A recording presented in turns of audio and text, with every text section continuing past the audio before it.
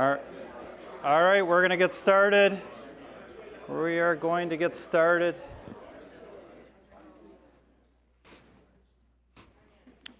All right, well, good morning. Really excited to be here in St. Louis, live in St. Louis, and thank you for all those loyal followers that are online from the Great Lakes region. Really excited to be here. You know, we've been doing our manufacturing outlook for more than 15 years in the Great Lakes region, and St. Louis team we're kind of reinvigorating the manufacturing outlook here in St. Louis. And, you know, the objective of our program really is around thought leadership, really is around kind of pulling you out of your business for a day and thinking a little bit strategically. We're not going to have, I know Paul's not going to like this, tax topic today. But we are really going to think about some big picture stuff. We're going to solve some world issues today. No. But we hope you really enjoy it. Again, I wanted to come here and really introduce Paul Truber.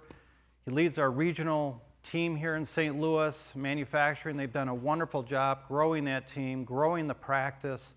And we're so excited, and I'm excited to be here. I'll be on a panel, and we really look forward to it. Paul has more than 25 years of really tax and advisory, really around, if you think about UHY, you know, we're really focused on being more than just that compliance auditor.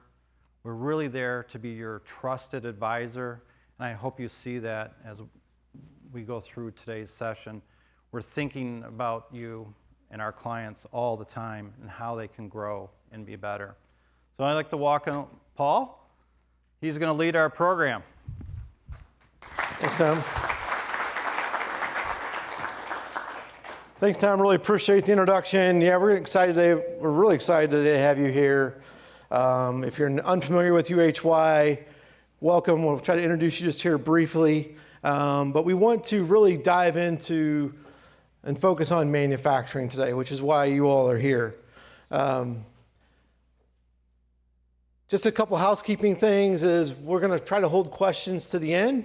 If we have time, we'll definitely entertain some questions as we go along.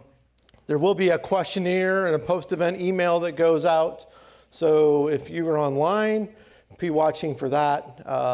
And if you're even in attendance today, we will send out some follow-up emails to you. We'd like to get some feedback. You'll have another opportunity at that time to ask any questions that you may have, and we can definitely get some feedback to you all. So our agenda today. So we're going to start out today. We're going to have a quick little opening here.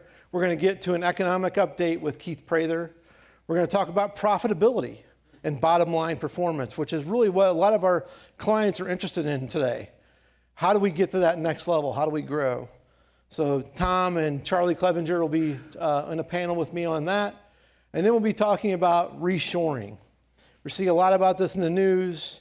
Maybe it's a little cocktail talk. What does this mean? The pandemic has opened us up to maybe more of these opportunities. So we got an exciting day. So let's start getting into some of these issues. Again, quick about UHY. If you don't know who we are, we're a national firm, over 30 offices here in the U.S., about 350 offices internationally in 100 different countries. And the other benefit of UHY is we have a lot of subject matter experts that cover a lot of different areas, from tax to accounting, consulting, and a great portfolio of expertise there at your resource. The international aspect as well is very valuable because a lot of our manufacturing clients are not only multi-state, but they're also operate multinationally. As a result of all of our subject matter experts we have on board, we're able to give you a 360 view of your business, from acquisition to transition, whether it be M&A, going to the next generation, private equity, able to assist you in all those functions. So let's dive into today. Why we're here. You know, if you look back, if you're with us last year and in Tom's opening remarks last year, and kind of the theme was uncertainty. We had a lot of uncertainty going on in the business place. A lot of pressures hitting us. And I think that is still true today. I think we could still carry on with that theme, right? You can see here just a lot of different things, and you can probably identify with some of these things on this slide. There's a lot there. It seems confusing. You may be able to add some things to this. We don't have time to tackle all these topics today, but we're going to try to touch on a few of these that may be interconnected. If there's any thoughts or issues around some of these items, definitely reach out. We all struggle with these things a little bit. It may be squeezing your margins. It may be, how do we continue to do business? We're not seeing, somebody was just asking me earlier today with all the tax changes. Well, we really haven't had any tax changes in 3 years. And probably nothing even on the radar. There's been talks, but Congress is busy with some other things right now.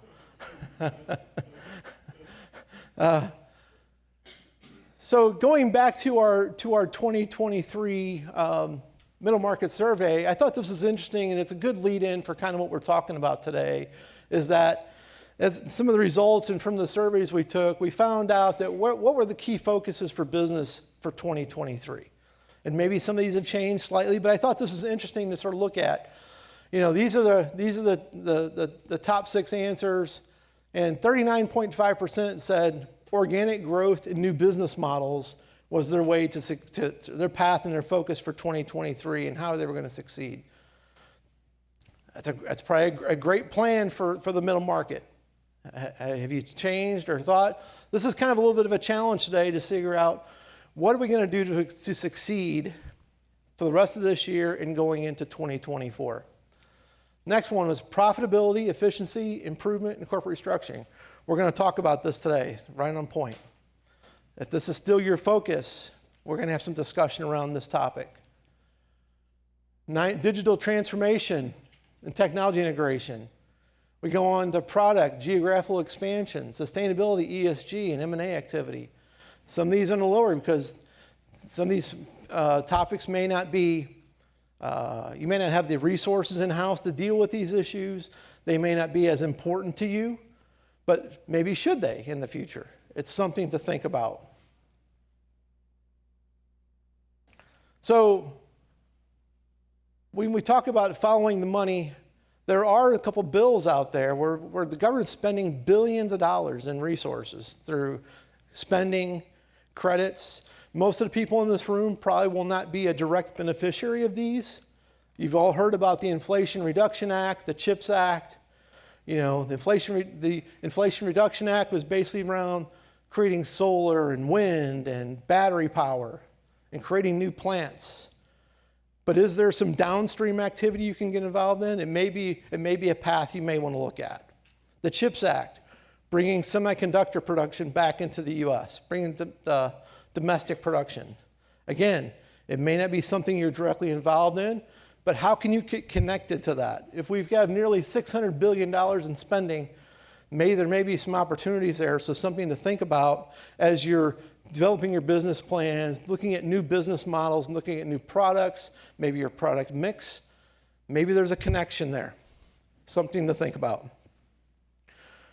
Okay, so I'm going to challenge you today to sort of think about the goal here at the end of the day is to say, look, we're open for business and we're ready for you. With all these pressures going on, it's a time to really think about how can we position ourselves to be profitable, to grow, and meet our goals. Can we take advantage of the Inflation Reduction Act? Can we get some benefits out of the CHIP Act? You may not be a fit. You may be manufacturing toothpicks, so there's no connection to these things.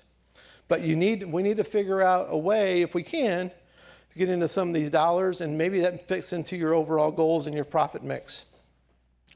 We're going to move on, and we're going to go to Keith. He's going to introduce us to and provide us an economic outlook. Keith, welcome. Thank you. Thank you. Awesome. All right.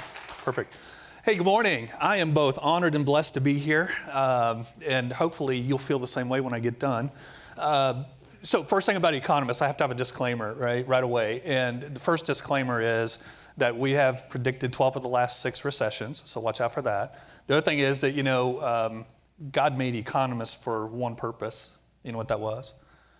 to make meteorologists feel really good about themselves. So I'll try to do my best with that today. But I am here just real fast, whirlwind tour, about 30 minutes around the world for economics, and try to do well with that. So I want to start off real quick by just talking about demand. I know each of you in your industries, and you're going to look at this macro stuff and you're going to say, wow, it doesn't necessarily apply to me. It's not really what I'm feeling. But I can tell you from a macro perspective that right now in this environment, we're seeing this secular sort of challenge, if you will, where some sectors of the economy are just absolutely booming, absolutely going crazy.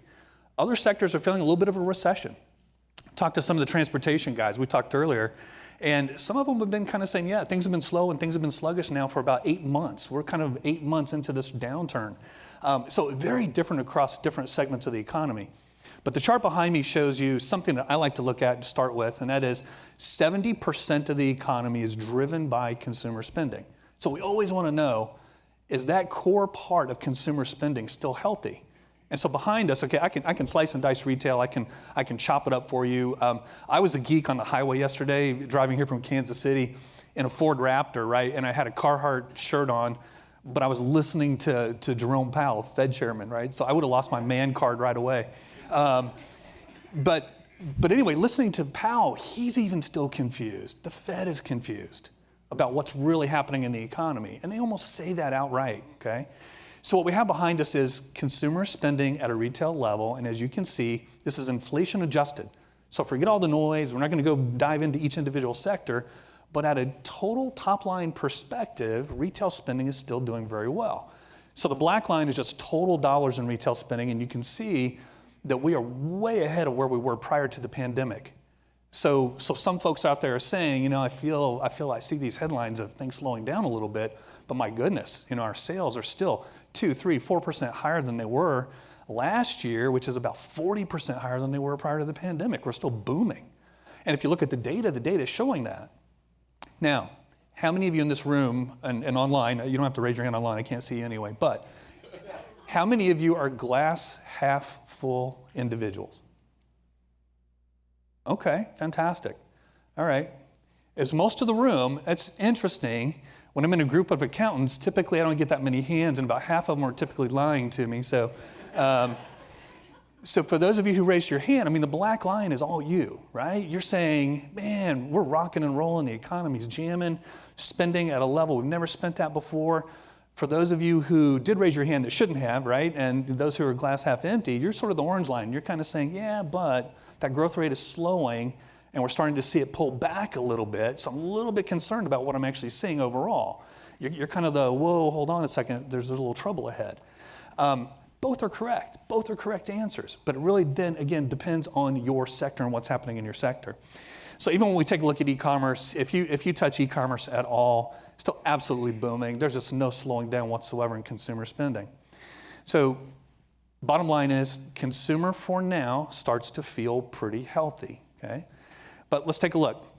The Federal Reserve is the one factor that I think we all have to deal with, right? What the Fed does with interest rates really dictates kind of what happens in the economy overall.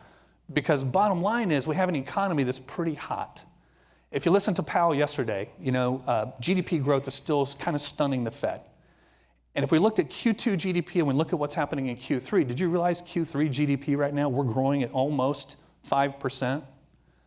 Guys like me, we were saying, early last year, shoot, we're going to be in recession by then. Y'all buckle down because it's coming. And we didn't hit it. We still continue to outpace growth. And it's basically because the economy right now is operating on 3 legs of a stool. Okay? And those 3 legs, and you can track each one of these. Number 1 is consumer spending. I just showed you. Got good, strong growth there. Decent, strong consumer for now. Also, non-residential construction. Non-residential construction is still booming. I'm going to go into a little bit of detail on it. Third component of it is government spending. So when you think about those 3 legs of the stool, we can start to predict moving forward where the pressure is going to start to come in, and we can start to look at that and see whether 2024 is really going to be that boom and go or a little bit of a soft landing. And so that's what we're struggling with. So the Federal Reserve, okay, real fast, I have 2 charts that I think describes exactly where the Fed's head is. This is the first one, and what Powell's been dealing with, you hear him talk about this 2% inflation target, okay? And for all of you who don't know, Jerome Powell's the Fed chairman, and constantly being interviewed and TV, and we see him obviously in testimony in Congress. It's fascinating to watch him. But this chart kind of tells everything you need to know. So this is a combination of wages and what we call average inflation. Okay? And what the Fed is looking at is, in the decade prior to the pandemic, you see the orange line. The orange line is wages. And wages over that decade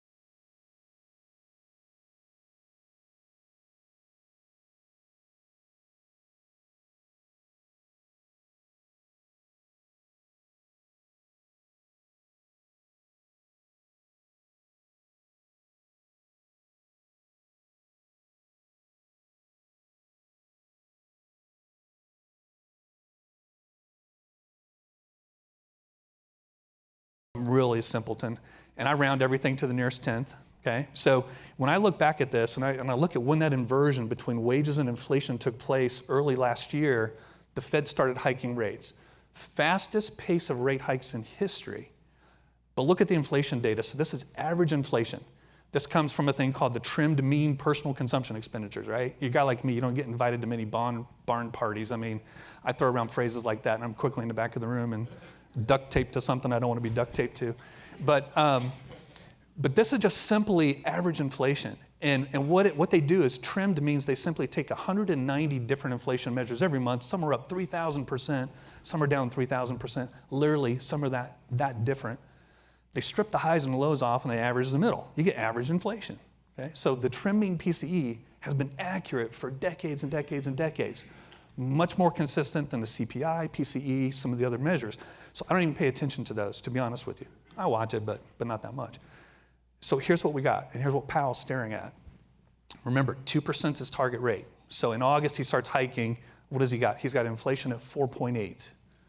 September, 4.7. October, 4.8. You see the pattern, 4.8, 4.7, 4.7, 4.7, 4.7. It's not moving. And then all of a sudden, it gets into March, 4.7, April, 4.8. It ticks up. He starts to get nervous. They're still hiking, not getting a reaction. And so we finally get into the last 2 months, and in June, we printed a 4.2, and then in July, we printed a 4.1. So he's starting to see a little bit of movement, right? You can kind of see there if you look at the chart itself, you can sort of see that tailing over. So again, for most of you who raised your hand, glass half full, you're like, all right, baby, heading in the right direction. Love this trend. Loving life. Fed's going to start pausing, which it just did yesterday. But if you're the other half, who should not have raised your hand, right? And your little glass half empty, you're like, yeah, but look at it. It's still higher than it's been since the 1980s. It just takes one little hiccup, gas prices, energy prices, any little hiccup around the world, and this kind of sets the whole inflation pattern off. So Powell's got that problem. So that's why yesterday what he said was, we thought going into yesterday we were going to get pause in September, hike in November. That was sort of the phrase. Now we're kind of getting maybe pause in November or, maybe pause, but we're going to watch the data and maybe we get a couple hikes even next year still. So they're even pushing out maybe when we start to get the first rate drops, right, decreases in rates. So we'll watch. That's probably backloaded into the second half of next year. There's going to be a lot happening between now and then to really sort of dictate what happens with this. But that's the backdrop on the Federal Reserve. That's what's going on. They're watching really 2 or 3 measures, and that's about it. If you watch trend mean PCE, you could be ahead of Wall Street because they're not paying attention to this. Just watch wage growth, watch that inversion between that and the inflation rate, and as long as they stay with wages accelerating faster than inflation and they're both headed down, Fed's going to pause and we're probably done with this peak hike cycle, right?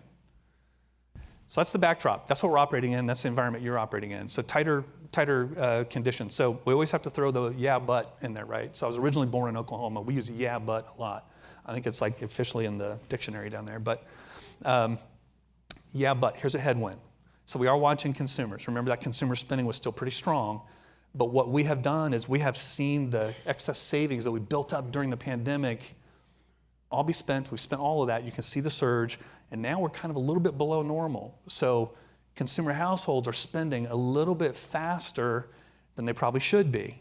And what's happened is, as you know, credit card use, we're not worried about the total amount of credit card debt. You see so many people freaking out because we've got over $1 trillion of credit card debt.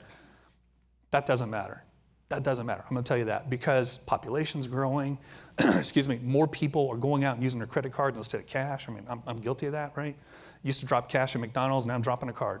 So I'm using more of it. What we watch is couple other metrics. We're watching how many households pay that monthly credit card debt off every single month and how many extend it.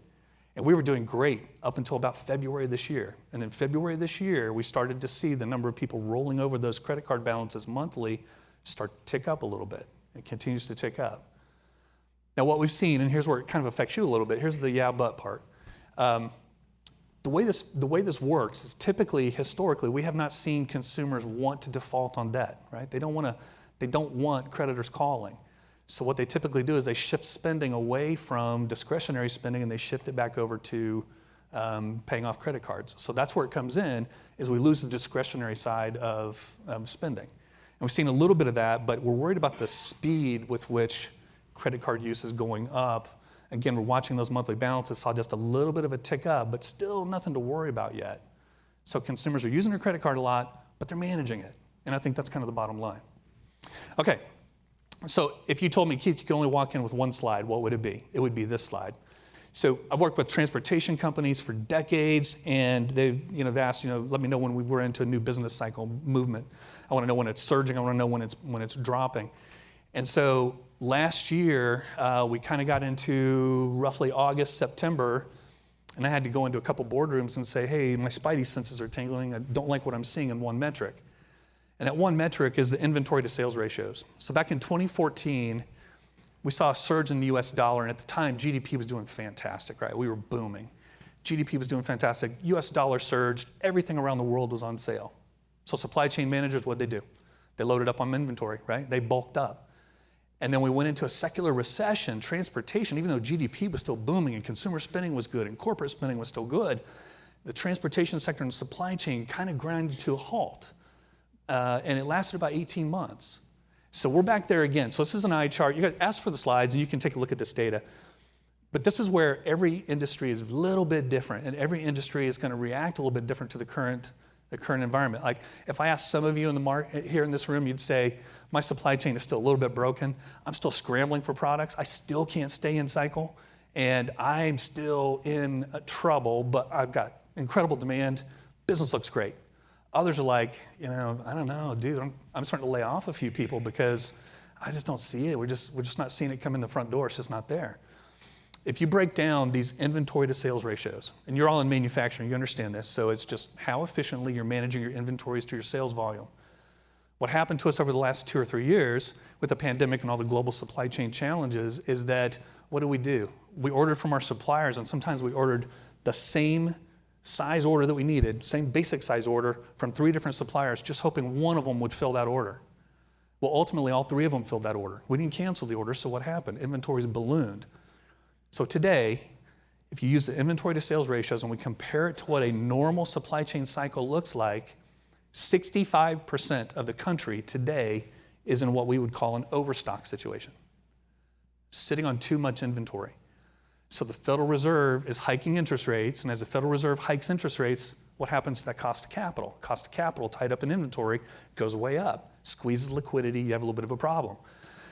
That's why the upper part of the supply chain right now is shut off. So think about you, manufacturing hub. Think about you as the center of the world in the supply chain, which you are the center of the world in the supply chain, I'll tell you that. You're upstream where you're inbounding raw materials, you're hiring, you're using energy because your assembly lines are running. That portion of the supply chain today, when you can just go to your shelf and you can just pull an item off that shelf and fulfill that order, the downstream part of your supply chain is working. And we see that in the macro data that the downstream part is really rocking and rolling. That upstream part, though, is shut off. We're not ordering raw materials, we're not moving a lot of commodities, we're not using a lot of energy. And so you feel that ripple kind of around the world right now. And it's because of this one data point. So on the chart, a little bit hard to see, I know, but if you look at all those sectors, 1 through 19, they're kind of racked and stacked based on whether they're overstocked or not. And so industries from number 1 down to about number 3 are considered to still be understocked. So we look at like drug wholesalers, paper wholesalers, computer wholesale distributors. They're still sitting, they still have broken supply chains, can't get them back in cycle, they're still stuck. The other groups there from about 4 down to about 9 are those that are kind of in cycle, right? They're kind of back into that just-in-time inventory situation where they're in constant replenishment, constantly moving stuff, constant reorder cycle, and so they're feeling pretty good. It's that bottom group from about 10 to 19 where we see these chronic overstocks, and that's where we see the sluggish activity. And so, you look at the demand side of the economy still doing really well, and people are always scratching their heads like, Keith, you say it's all robust out there and it's all going well. Why am I not seeing those robust new orders? It's because of this. We're still sitting on too much inventory. So for outlook, okay, we look out to 2024. Remember the last cycle I told you about from 2014 lasted until about 2016, so we're about 18 months. Okay, we're almost 12 months into this cycle. So we think when we get through the peak season, get into early next year, got the UAW strike, which is depleting inventories, and we kind of get into this next cycle, we think by Q2 next year, this problem has unwound itself. And so the global economy starts to pick back up. And then we can have a different conversation next year at this conference about what that means for inflation, right? But that's kind of where we're headed. That's sort of the outlook. We've got to unwind that problem. U.S. inventories for automotive, look at where they're sitting. This is prior to the strike. You look at the orange line, inventory to sales ratios, it's improved just a little bit, but those OEMs are still in rock bottom, and this just throws them further back. And that whole supply chain, 11 million workers around the country, directly and indirectly impacted by this, 3% of GDP, now starting to get hit by sort of this right cross, if you will. So anyway, got a challenge there, but automotive still probably has a runway of at least another 12 to 14 months of rebuilding inventories before they ever worry about a consumer buying a car, to be honest with you. There's so many dealers out there that have gotten pretty good allocations and are sitting a little bit more flush with inventory, but you go out in the boonies where you have low allocation dealers, man, they're sitting so light, you can't go walk onto a lot and buy a new car. Fossil fuel vehicles, we're sitting at about 50 days of inventory. EVs, we're sitting at about 92 days of inventory. And I think GM's going to throw about another 100,000 units onto the market between now and the end of the year. So, if they can open back up. So anyway, want to move on. So here's the impact of that. You can see it's kind of a big, hairy chart, but bottom line, this is a PMI. So anything over a 50, I know it's hard to see, is expansion of manufacturing. Anything below 50 is contraction. And you can see a lot of red on this chart. 19 countries around the world with manufacturing sectors in contraction right now. So I'll tell you, if you're not negotiating hard with any foreign suppliers that you're working with right now, you should be. You should be working hard with them. You should be telling them, if they're telling you that right now things are tight for them and they see good, strong order demand, I don't know, I'd have to challenge it a little bit because I'm not quite sure that's true. 19 countries with manufacturing sectors in recession. Germany in deep contraction, really probably in deep recession, all across Europe. Every one of those PMIs, very, very low. Even their services sectors are low. So we've got some challenges over there, but that should be good for you. That should mean your supply chains are whole, should mean that your backlogs are cleared, should mean that a lot of those components you're waiting on ought to be really back where they ought to be. So we do some manufacturing forecasting, and so this is just all data. Accuracy rate, you can see in the bottom right, doing pretty good. 3-month accuracy about 98%, 6 months about 95%, so pretty happy with it. Just showing you, this is not our input, this is just what the data is showing us right now. It's showing us this nice little surge through the middle part of next year, but then we get a little bit of a softening.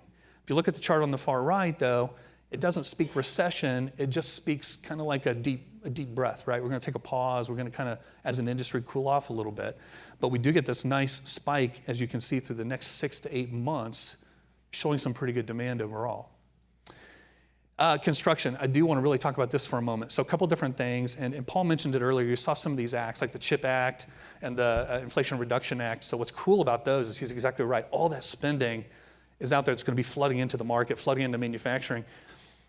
The thing is, it hasn't hit yet, right? That spending hasn't hit the street yet. What has hit the street is basically the Infrastructure Act. And the Infrastructure Act has already started to see about $50 billion a year start to get pumped into the economy. That's incremental spending beyond normal annualized spending. So if you feel like your steel's a little bit tight and steel prices are a little bit tight, it's because some of that $50 billion is starting to literally and figuratively hit the street, right? So construction, interesting.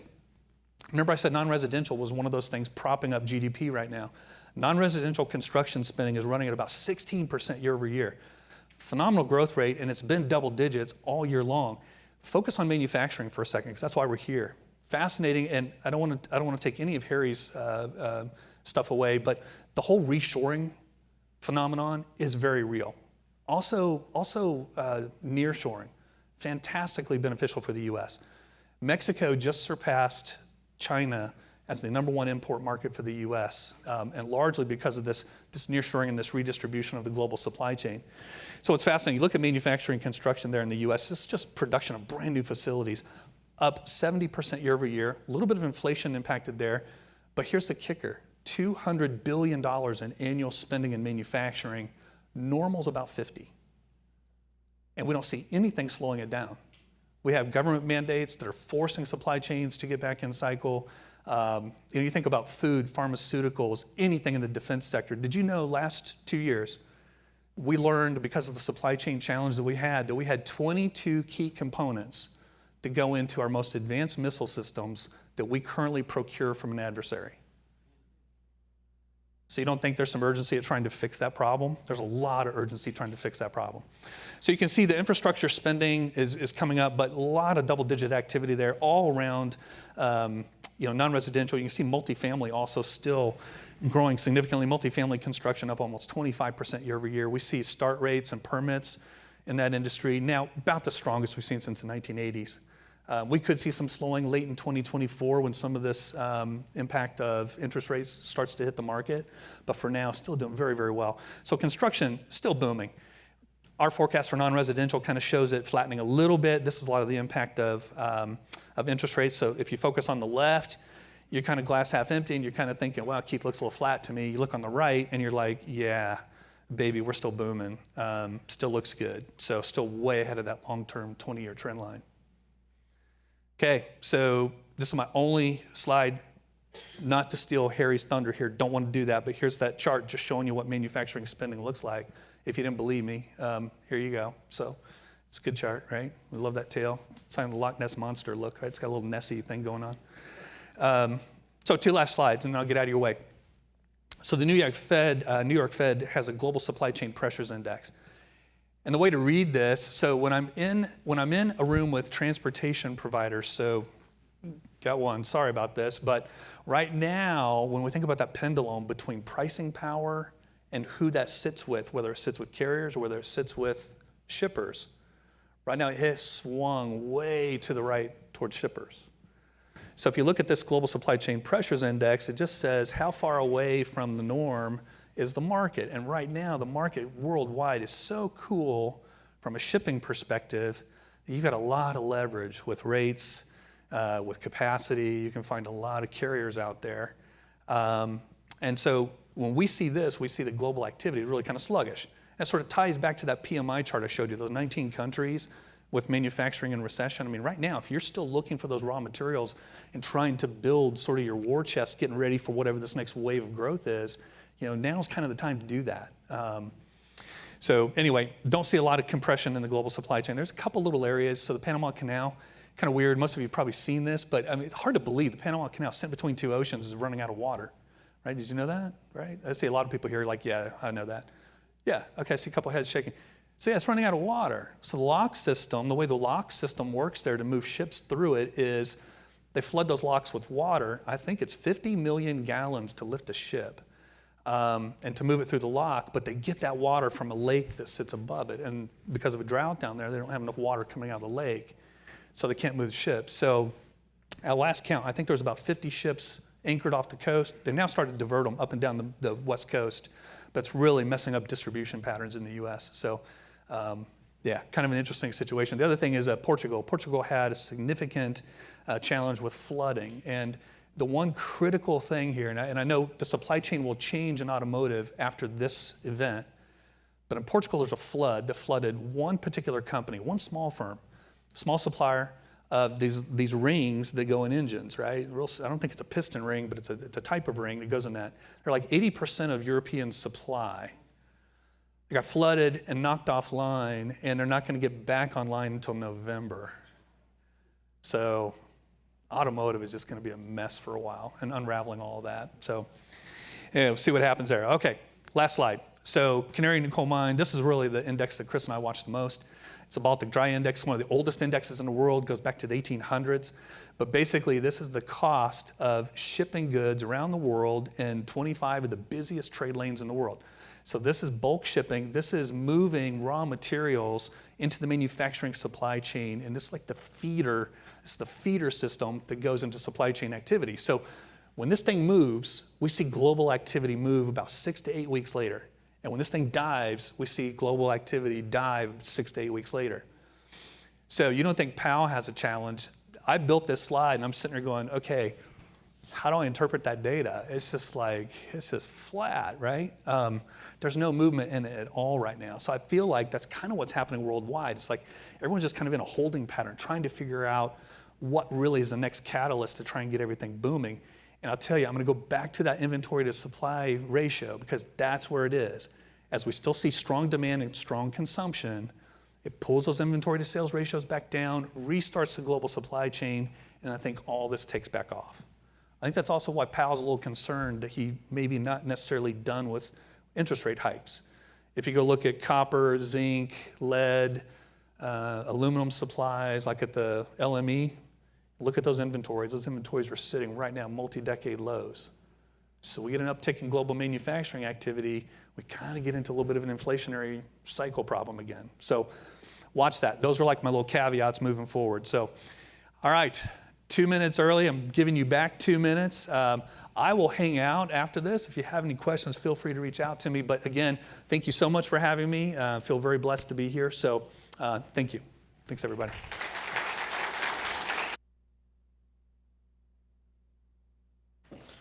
Thanks, Harry. We're going to go into our panel discussion now. So Tom and Charlie onto the stage. I have to say, though, Keith, you're spot on. That was excellent information, excellent. And it kind of goes right with our topic of, are we headed for derailment or boom? And we've really been presenting on is that we're at a once-in-a-generation, I think, opportunity in the U.S. that we haven't seen. As you looked at 2 decades of decline in employment and manufacturing, it's really exciting to see the opportunities here in the U.S. So thank you. So before we get too far into this, we're talking about profitability and cash flow in this segment. And Charlie and Tom, why don't you just a quick introduction, a minute or two on each of yourselves, and kind of give us some background of kind of where we're coming from. Go ahead, Charlie. First, well, good morning, everyone. It's nice to be here with you today. I'm Charlie Clevenger. I'm with UHY Consulting. Joined the firm at the start of 2022. My focus is in the area of operational improvement, operational excellence, helping small and mid-cap manufacturers compete globally and doing so successfully. Before I joined UHY, my background was all industry. Last 20 plus years were in global leadership roles, procurement, supply chain, manufacturing, running a business, and to keep life interesting, 5 of those years were spent living in Europe and another 3 living in China. So, for a kid who grew up in the cornfields of Indiana, if you'd told me I would live in some of those places, never would have believed you. So happy to be here with you today. Thank you. And again, Tom Alonji, really excited to be here, lead the national manufacturing practice. It's hard to believe I've been with the firm 28 years. I've been so blessed to work with so many great, talented professionals that I just couldn't leave. And I love working with, obviously, entrepreneurs. I guess I claim to fame is, as our prior CEO said, I'm either working on clients that are going like this, or they're going like this. And so we've had a lot of fun. Really, the last is taking underperforming companies or stagnating growth and helping them really achieve their goals, grow, and ultimately we've had a lot of sales, either to to a next generation or to third parties. We've been very successful in positioning those companies for a sale process if that's what they desire. So again, excited to be here. Look forward. So Tom, perfect segue. So to that point, profitability, cash flow, what's our normal approach to these opportunities? Yeah, when we think about it, that 360 view is really, it's a resource guide, and it's really meant for, even for our clients to look at their business, I want to say a little bit differently, and to really understand where are they in their business journey. And we really start out when we meet with clients around, what is your legacy? Where do you want to go? What do you want for your team, right?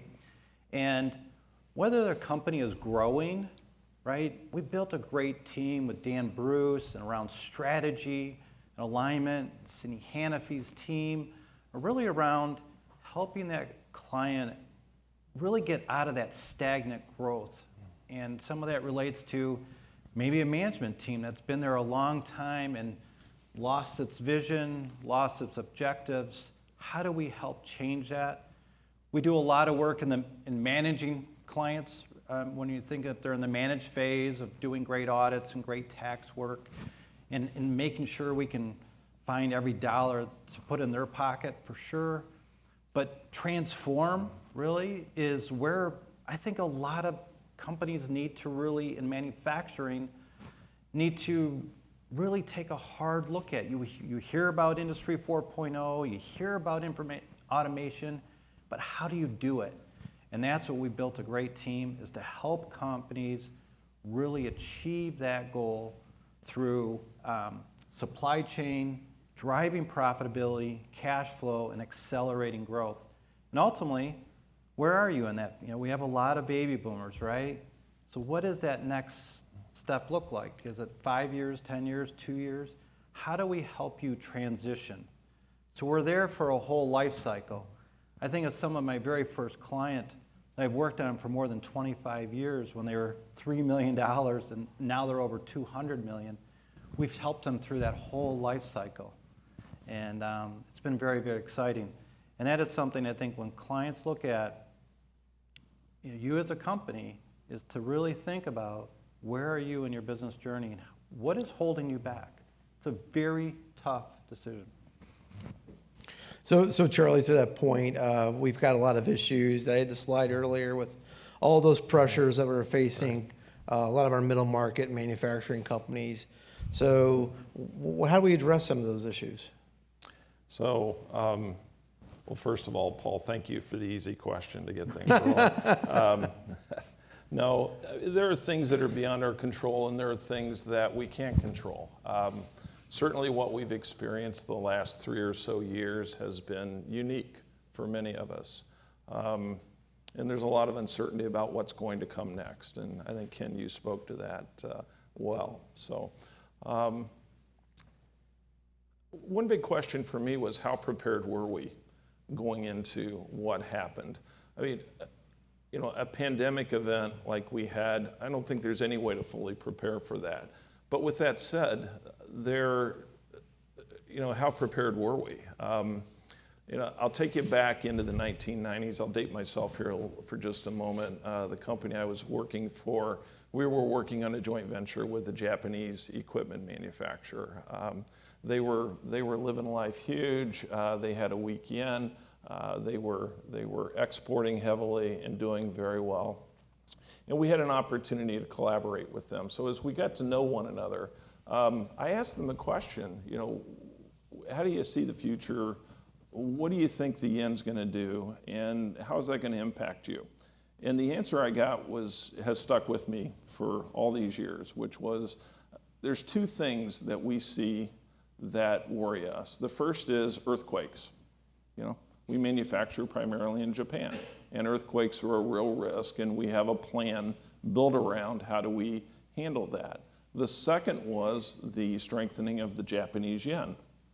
Again, it was over 200 at the time, and this team told us, we have plans that will take us profitably down to 90 yen to the dollar, which at the time, none of us were thinking about even 100 yen, let alone 90 yen to the dollar. But this company had prepared for it. So come back to a few years ago, we went through about 8 years of a really great economic environment in this country for manufacturers. We had low inflation, we had good growth, we had a relatively calm geopolitical environment. I think what began to happen late in that period, which was about 8 years, is that we began to move away from, we got comfortable. We moved away from best practices. We weren't doing things the way we had learned to do. You know, frankly, I think we got a little soft, and then boom, we got hit. And so what do we do going forward? Well, I'll use the example of the company back in the 90s in Japan. I think the first thing is have a really robust plan. Know where you want to go. Prepare for the contingencies. You know, a public company's annual report, all of those risks are listed in there, right? And a lot of it looks like it's cookie cutter vanilla, but behind it, there's some really, really important stuff. How am I going to prepare for these things? For example, in the area of supply chains, one of the things that I've noticed is that as we went into 2020, a lot of the suppliers I was working with at that time in industry were beginning to lose their way in terms of sales and operations planning, and they were losing their way in terms of value stream and supplier management. That expertise today is not what it was 10 years ago in industry. And if you're not strong in those areas today, you're going to face challenges no matter what the future environment looks like. So I think one is planning. The second is really strong attention to processes that are core to your business, your revenue planning, your sales and operations planning, your procurement activities, integrating your supply lines, your value streams from customer to supplier. We talk about the holistic view, not just one or the other, and really thinking about what could go wrong in my business, and if it does, what am I going to do about it? How am I prepared? Any additional thoughts, Tom? Yeah, I know. I think, you know, from a standpoint, is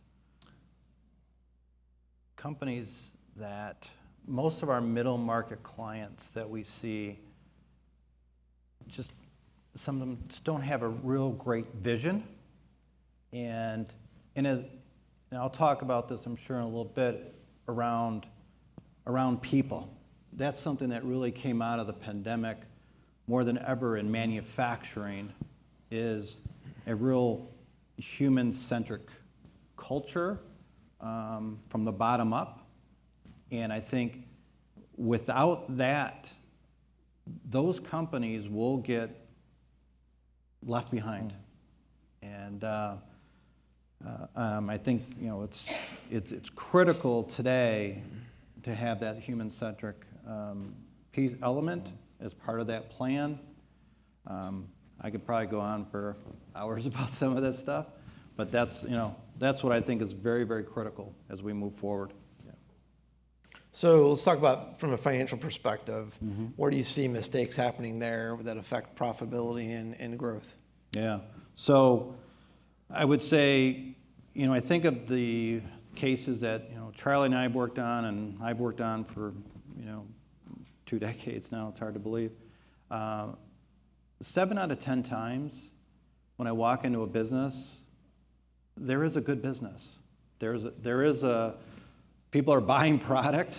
There's market acceptance, and I hate to say it, but a lot of times it is the management team has lost their way. And probably 15 years ago, I would have sat up here and told you that the books are a mess, and you need a great accountant, and we're going to fix everything. We're going to get the books cleaned up, and it's going to solve everything. And as much as I probably wanted to believe that, that's only about this much of the equation. It's very, very important. Don't get me wrong, obviously. But we really, as I grew and our team grew and our thought process grew around around management teams.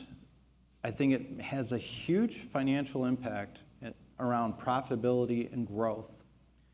And a book that really impacted me, and I hate to say it, it's been right under my nose. I actually worked on the client and didn't even know about it, is probably a little company you know about here, Barry Waymiller. And Bob Chapman was way ahead of his time. Yeah. And you think of how would Bob Chapman, if there's ever a book, Everybody Matters, that's a book you want to read, because that is so pertinent today around human-centric business from the bottom up. Think of this business, man, as talk of business from 50 million to over 3 billion, right? Broke all barriers, right? That's what you're looking for. You're looking for someone to help you break through barriers. And he did it through a vision. He did it through a human-centric focus, breaking all financial barriers and really driving the business forward. He's had unions. How would he deal with it?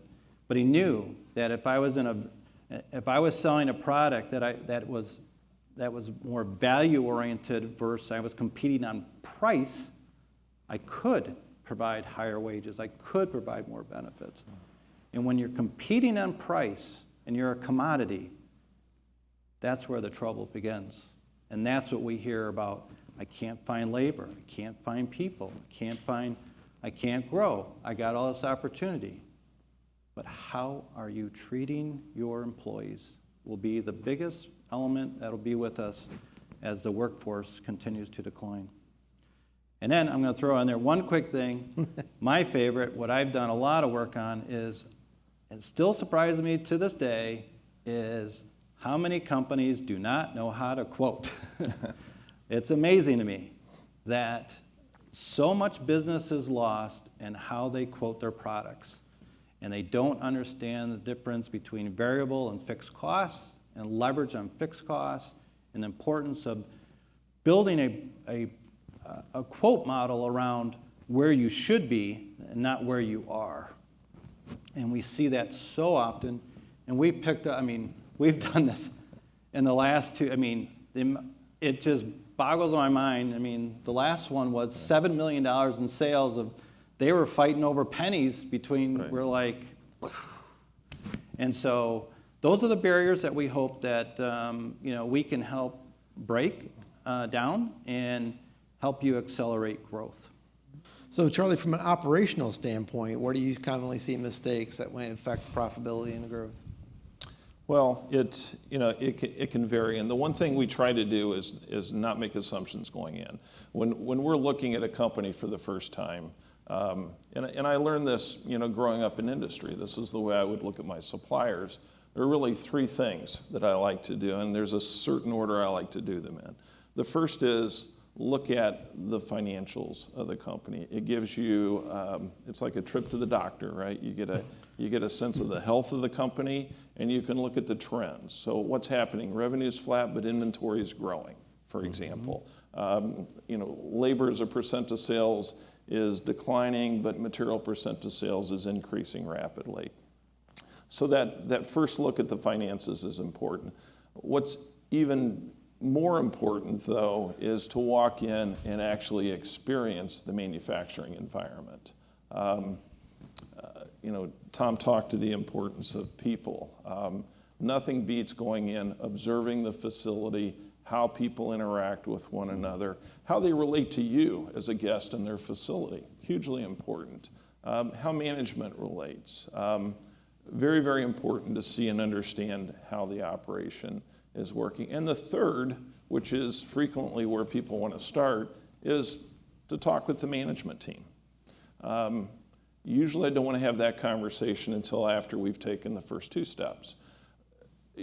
Tom talked about the importance, and what we frequently see is management teams have become stagnant and they're not really pushing and moving forward and innovating and creating value. It's surprising to me in the small and mid-cap market how often I find companies where only 2 or 3 key officers in the company understand the financials and the rest of the management team really doesn't have much of an understanding of what's going on. And so they're really not part of the plan. So we usually start there. In the case of one client that we worked on, in fact, it was the first one. Tom said, we got to go walk this factory together. Financials were, well, I don't even know how to describe them. Thank God they had an owner who was a wonderful human being, because he was They weren't a infusing- mess. Yeah. We knew the numbers were right. Yeah. It was a loss. But they were bad. This was a company that had lost their way in the mid-20 teens when they lost a lot of business to offshore competitors. Yep. They hadn't kept their cost competitiveness current. They lost the business, and the management team lost their way at that point. And faith. And faith, yeah, exactly. When I first walked the floor with Tom, and I've been in manufacturing facilities in over 40 countries in my career, I had a first. Not a single person would make eye contact or communicate with me as we walked the floor. The workforce was completely detached from the business. They were showing up, they were doing their job, and they were leaving. Yeah. When we sat with the management team, most of the management team really wasn't aware of the finances of the company, other than they weren't good. And so there was this complete detachment that we sometimes see. Now, sometimes we see it just the opposite, of course, in really high-performing companies. But it's not uncommon, unfortunately. Yeah, I mean, I think that certainly that we talk about that visibility of, or lack of transparency, I think is the right word that we would see, that once we did open that up, it was amazing how individuals started asking questions on, well, why are we spending money on that? Who's approving that? Exactly. Who's doing that? Yeah. And we started to give them more authority and autonomy to run their departments. And that's been a huge turnaround. We just got August financials. Yeah. 1 year ago, year to date through August, was a $2.8 million loss. And today, they're break even. So happy to share those financials and show you. Yeah. But that's just one case that we've had Charlie's team really has had a profound impact on, and from every angle, from sales to all of our 360. We've touched every aspect of that business. Well, and the people side, and I realize we're emphasizing that a little bit today. Absenteeism. Yeah, it's so important. Today, I can, about 3 times a month, I make the drive, I join in the manufacturing Gemba, just to see how things are going as we go forward. In their plating operation, the bar loader, Paul, I get to hear about his last trip bar hopping in Traverse City. He asked me about one of my son's athletic activities. It's interesting how the culture has changed and how participative the organization is. Won now. some awards actually Yeah. for driving some actually up there. Yeah. Amazing. They're back with the Chamber of Commerce. They have joined forces with 2 local organizations who train adults with special needs, and 10% of their workforce now are people with special needs. That's where the recognition from the state has come from. They have a safety committee in place now. That was the idea of a quality auditor. Second month I was there, Megan came up to me and said, I don't know who you are, but you walk the floor a lot, and you seem to want to talk to people. So we need a safety committee. A month later, we had a safety committee. Then we had a culture committee. Now they're back to having holiday meals and so forth. It's the kind of environment that if you can get that in your company, it's so valuable, because their attrition rates have cut by more than 50%. And their absenteeism is down by more than 50% in the last year. And it's contributing to the stability of the business, which helps to offset all of the challenges, Paul, you were asking about earlier. Yeah. So, Yeah, and so in those situations, can you talk a little bit more about maybe how you address some of those specific issues that some of these companies are having, maybe with inventory and the staffing issues? I mean, how are we, and automation, how do those kind of work into that situation, and what's the approach there that we sort of look at? well, it comes back to, we have a good feel for what best practices. Cindy likes to call them leading practices. We use those 2 terms somewhat interchangeably. We know what those are when it pertains to sales and operations planning, to approach to purchasing, to revenue planning. And so we look for those things first, because usually you'll find if you see a problem in the financials, you're going to see it in the business processes. And so you can relate the two. And now you know where to go, you know what to attack, you know where to train, and then you can start to put proper metrics in place. What we frequently see today, in line with what Ken discussed, is a lot of inventory out there, a lot of frozen cash that we can unfreeze to help companies and help prepare. Back to the challenges we face, we can't control the LME. We know that. We know that metal prices are going to move on us.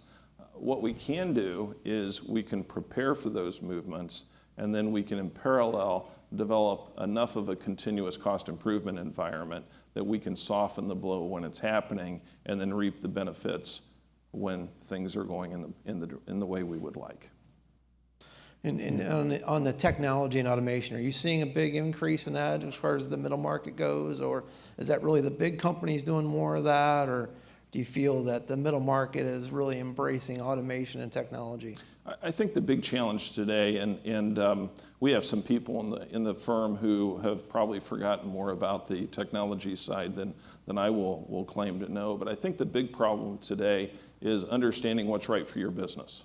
Our focus, and Cindy can stand up and correct me or adjust this, but I think the big focus in our firm is that we want to help companies understand what their needs are given their business, and then make sure that their processes are in place to support that, and then match them with a product that does that. We're software agnostic. We don't care what software you use. We just want it to be the one that works best for your company. Right. Yeah.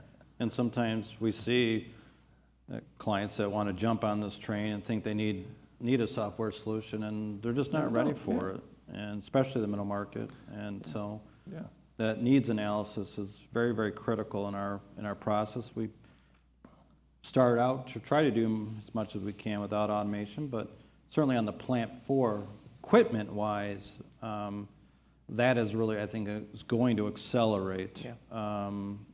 From those that have the liquidity and capital to reinvest in their business, as I've seen from many of my clients, are usually ahead.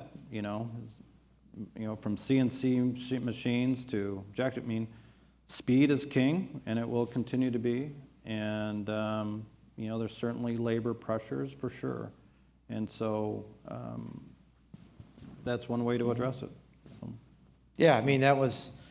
Definitely the labor force, the supply chain, those are definitely things that, even from our survey last year, that we're saying those are negative pressures against profitability and growth. And trying to, mitigate those issues or come up with different solutions and planning, as you said, are definitely keys in trying to offset those pressures that are hitting our businesses.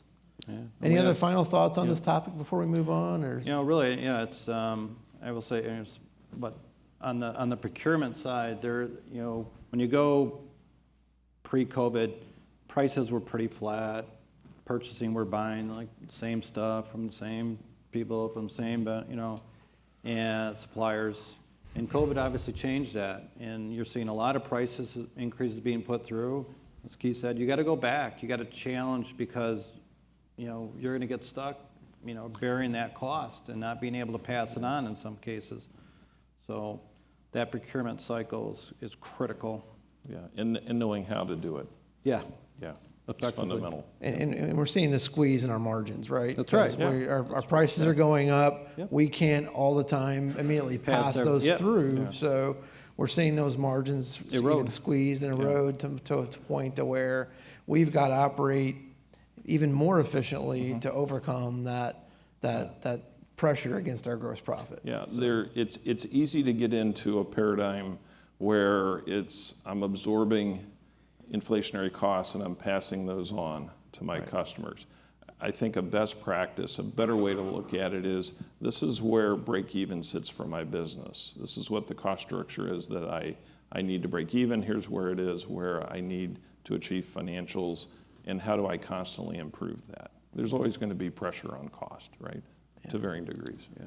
And to your point, Tom, it's really understanding what's our fixed cost, what's our variable cost, what's that quote process, so that we're overcoming as much as we can, and that pressure on our margins. Yeah, and we hear so often, I know there's nothing we can do.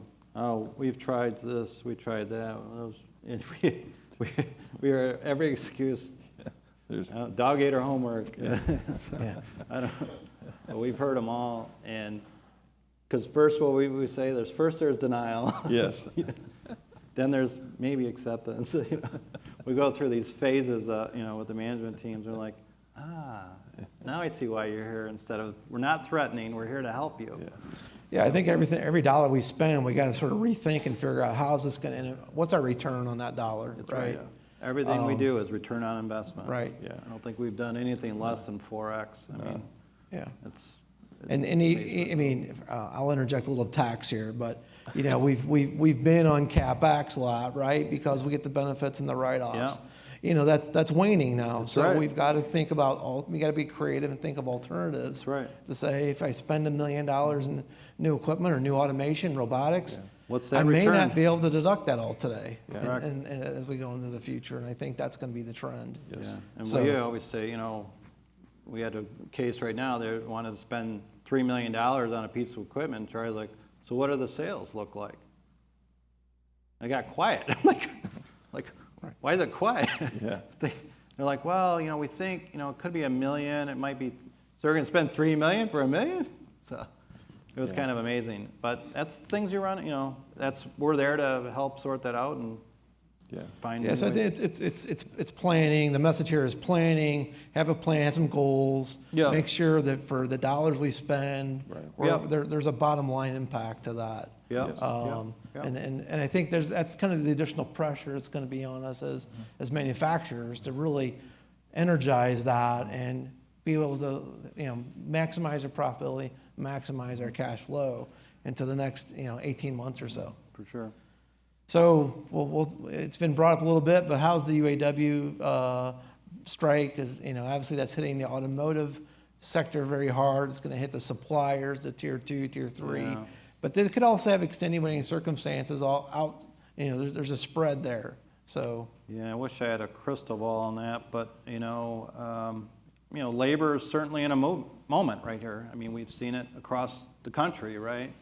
From UPS to out in LA to the writers, and so it's there's no doubt in that automotive space from a wage perspective. When you take it in from a inflation adjusted, they are certainly entitled to a wage increase. The hard part today is that when you really look at that business model of the big three,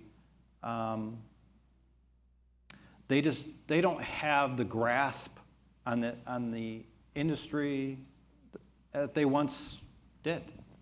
They just don't have the power to control the market. They're losing market share continuously. And they're competing on price every day. So there will hopefully be a balance. If not, we hear so much, from this is the knee-jerk reaction is like, well, if you don't have a Mexico strategy, then you might as well close it up. That may be true for some, but I truly believe it does get down to people, and they need to get in a room and hash this out. It's going to have long-term ramifications, but they are focusing on the record profits, yes.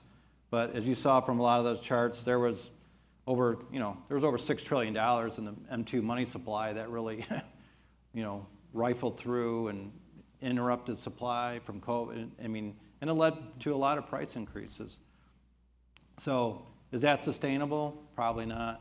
And it's going to be a war. This shift to EV, which we're going to have our automotive outlook next month. Already is transformative. The political football, you can call it what you want, but I hate to say it, it's not if, it's when. And so from a strike standpoint, I hope it's short, and hopefully like minds will prevail. Hopefully we don't, kind of kill the golden goose. Obviously, from Michigan, it would have a dramatic impact.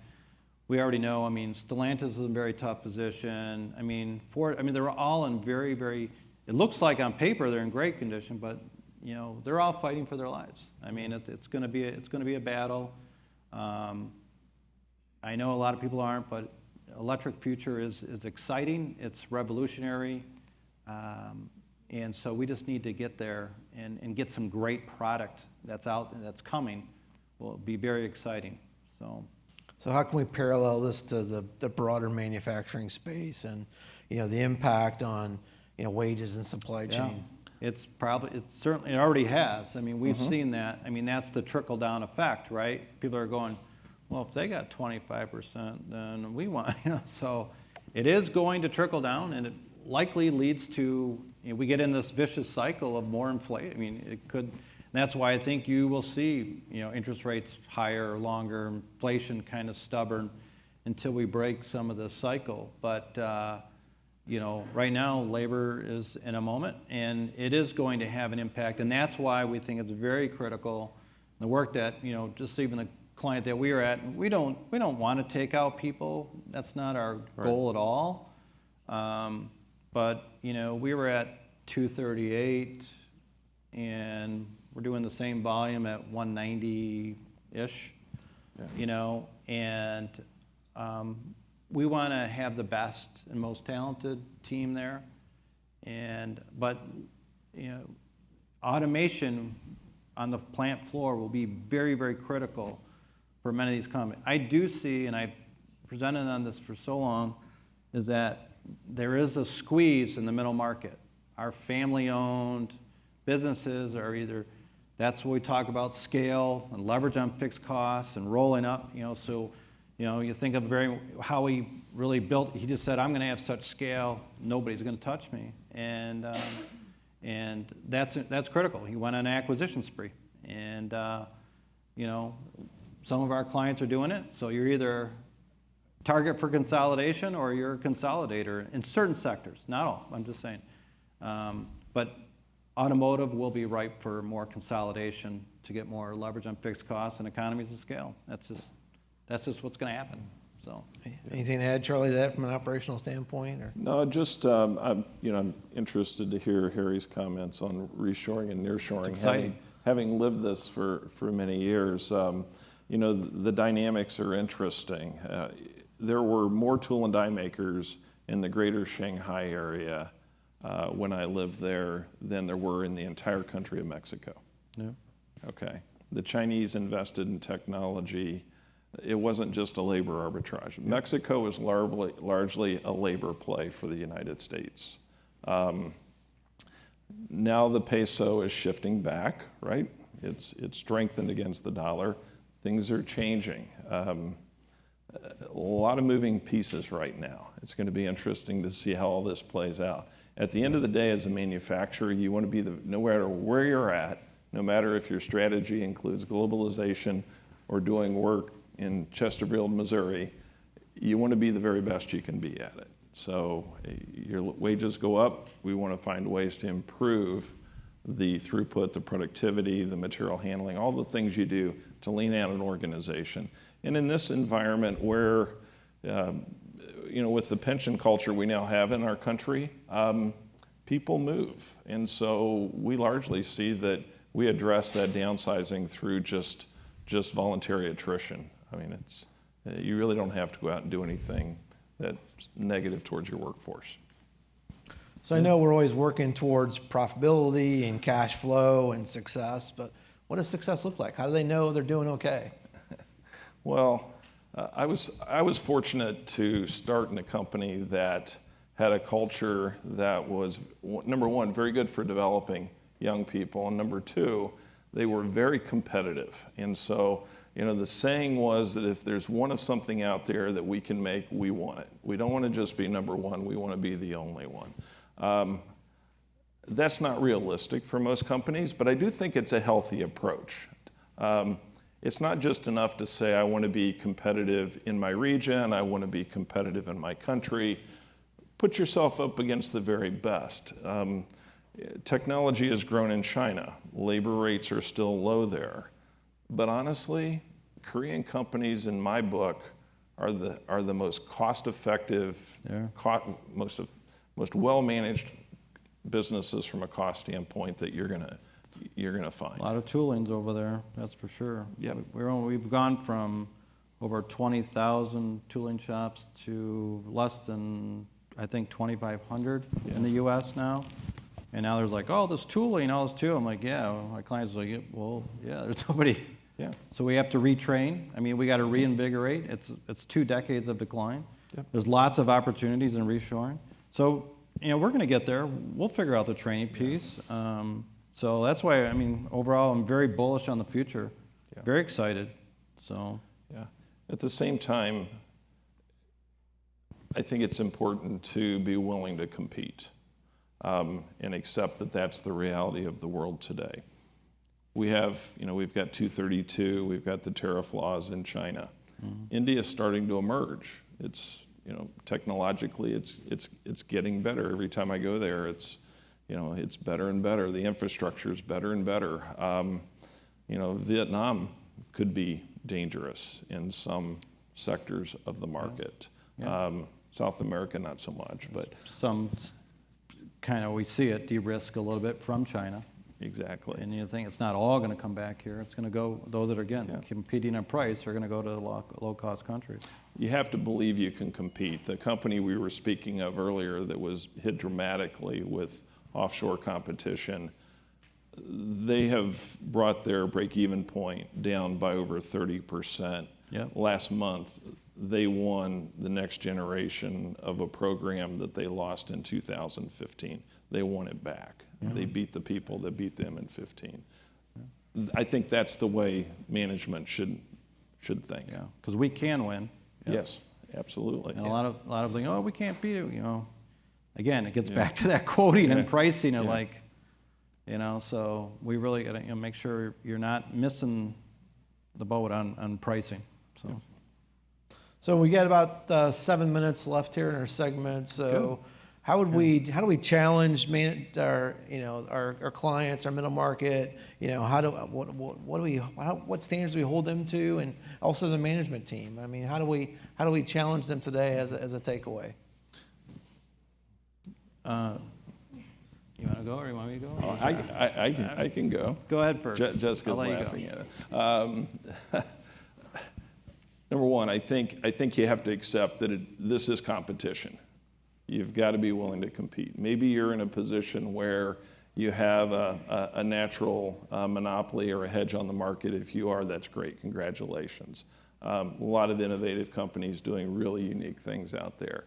But I think it starts there. You have to be willing to compete. Then it gets to, what's your plan? It's easy enough to go year to year. It's another thing to say, I've got $50 million in revenue, I make 3% at the net income level. In 3 years, I want to be at $70 million, I want to be at 8%, I want to introduce this new product. That's the kind of plan. Think big. Yes. And not just the management team, Paul, but the whole organization needs to know that plan and feel it and know their place in it. And then it gets back to just being really rigorous. Getting my youngest teenager up every day to go to school, it doesn't change. It's the same. You just got to get up and do it. Yeah. And I would add that I would challenge, and we do challenge, is when you think of manufacturing, and I would have to say my views have changed over the last 5 years too, really around, manufacturing has been a very top-down management focus.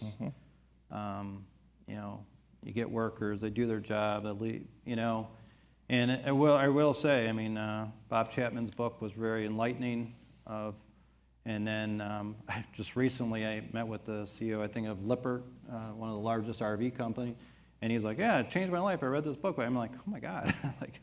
Now this, and they had the same issues, right?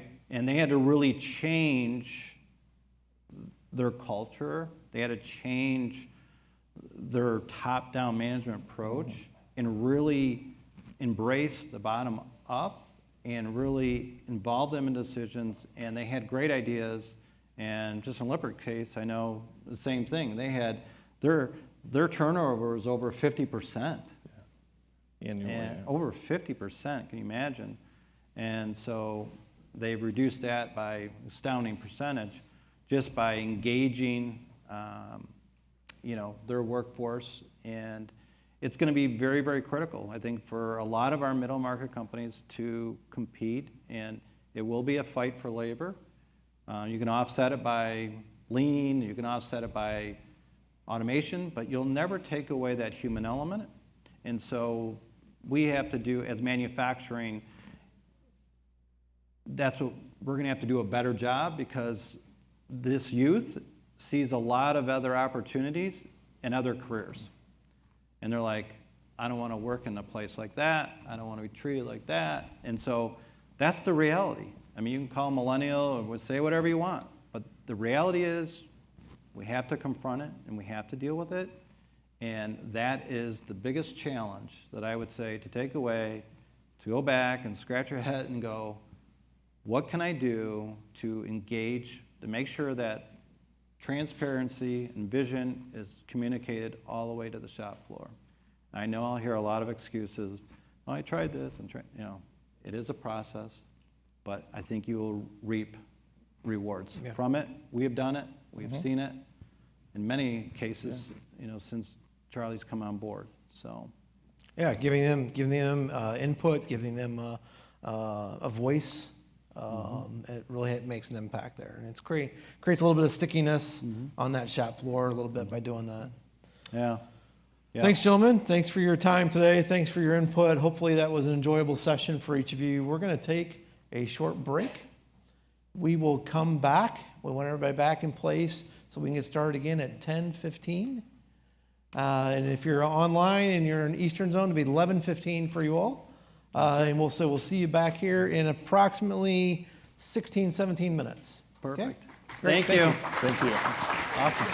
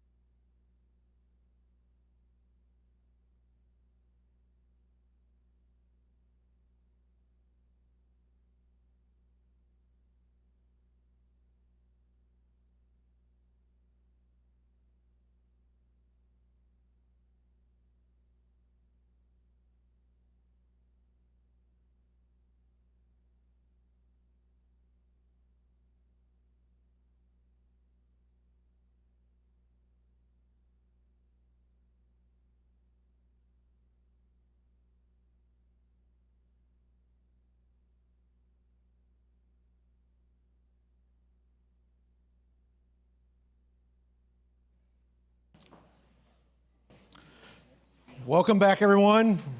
I'm glad you rejoined us. We're up for our last session of the day, exciting session. We're happy to have Harry Moser here with the Reshoring Initiative. We'll be talking about the reshoring topic. If you know nothing about it, hopefully today you learn something and you take it away. So Harry, welcome to have you. Thank you very much. Thank you, everybody. Appreciate your staying on and for this last item. A couple of things from the earlier presentations. Charles and Tom talked about walking the floor, and I talk about walking the whole Gemba. Because if you just walk the Gemba of your factory, and maybe somebody's walking the Gemba in the Chinese factory, nobody's looking at the whole thing and seeing whether it makes sense to have that connection, then you're not doing the job. So definitely walk the floor, walk the whole floor. A lot of talk about people and the number one priority. We agree entirely. You know, the biggest problem we have in reshoring is skilled workforce and availability of good people.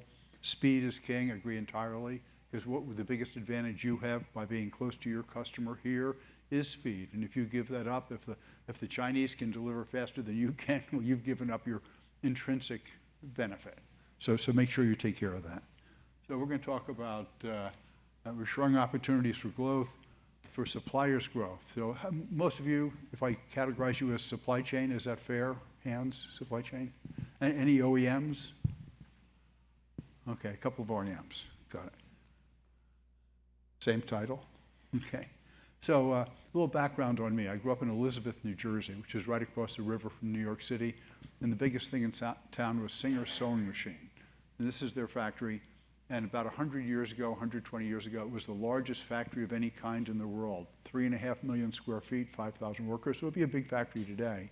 But before the big automotive plants, it was the biggest factory in the world. And my grandfather was a foreman. My dad ran about a third of the factory. I worked there summers.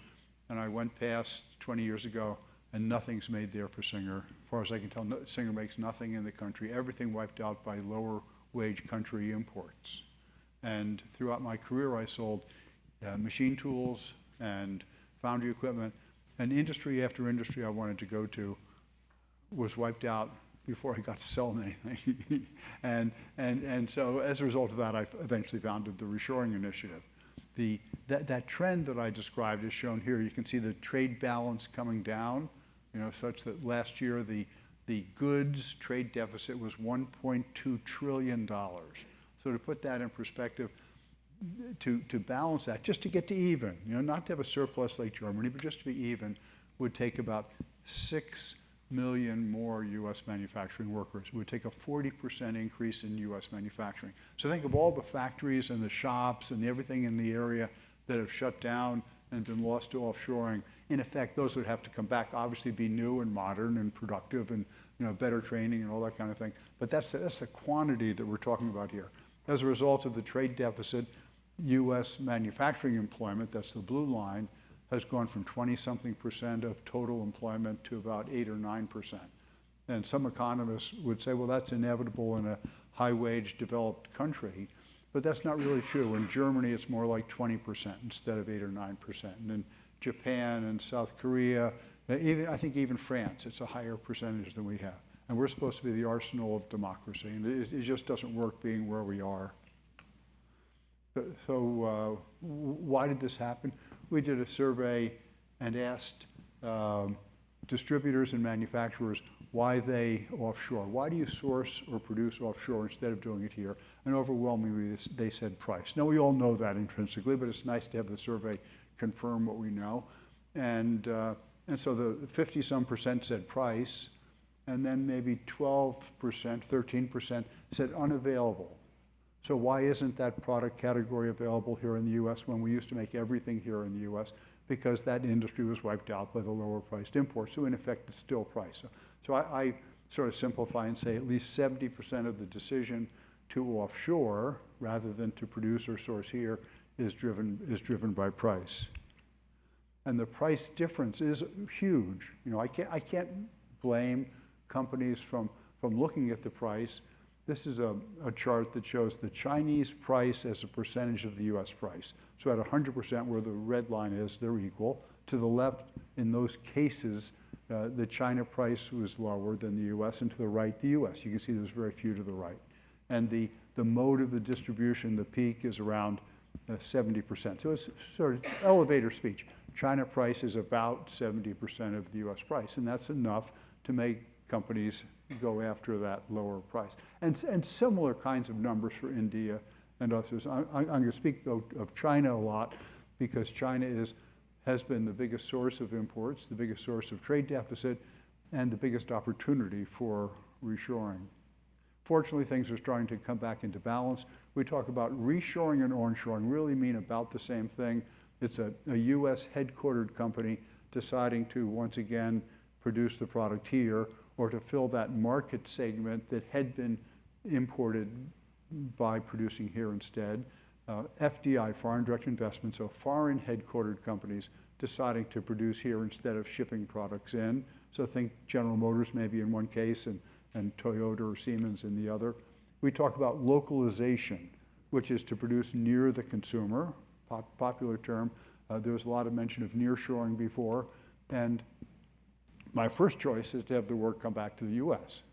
But there's some work that is so labor intense, and you just can't get it automated sufficiently to overcome the wage difference of here versus China, India, Pakistan, somewhere like that. And then nearshoring to Mexico specifically makes a lot of sense. The Mexican wage is 20, 30% less than the Chinese wage, so they have that economic advantage. And and they're right here. I mean, they're just a little further than Texas, so to speak. So there's a lot of wisdom of getting it to Mexico if you cannot get it here, and the work that comes out of Mexico, the product that ships into the U.S. has on average about 40% U.S. content, whereas work coming out of China has about 5% U.S. content. So by getting work from China to Mexico, you get sort of a third of a loaf, which is better than none of a loaf, okay? So I'm not here to promote nearshoring, but it's a plan that includes some of both and enables you to say maybe get the assembly here, but get some of the components out of Mexico could be a good plan. Reshoring, the chart here shows the total number of jobs announced per year, reshoring and FDI, the two things I just defined, and that's gone from about 6,000 per year in 2010 when we were founded. It peaked in 2017, driven by the tax and regulatory cuts of President Trump, fell off with his trade war, and then picked up with COVID as companies decided they needed to be more self-sufficient here, and has continued on with the Bidenomics, okay? And so it's gone from about 6,000 a year to about 350,000 a year. So it's been a very satisfying trend. And you can see the breakdown here between the blue reshoring and the red foreign direct investment.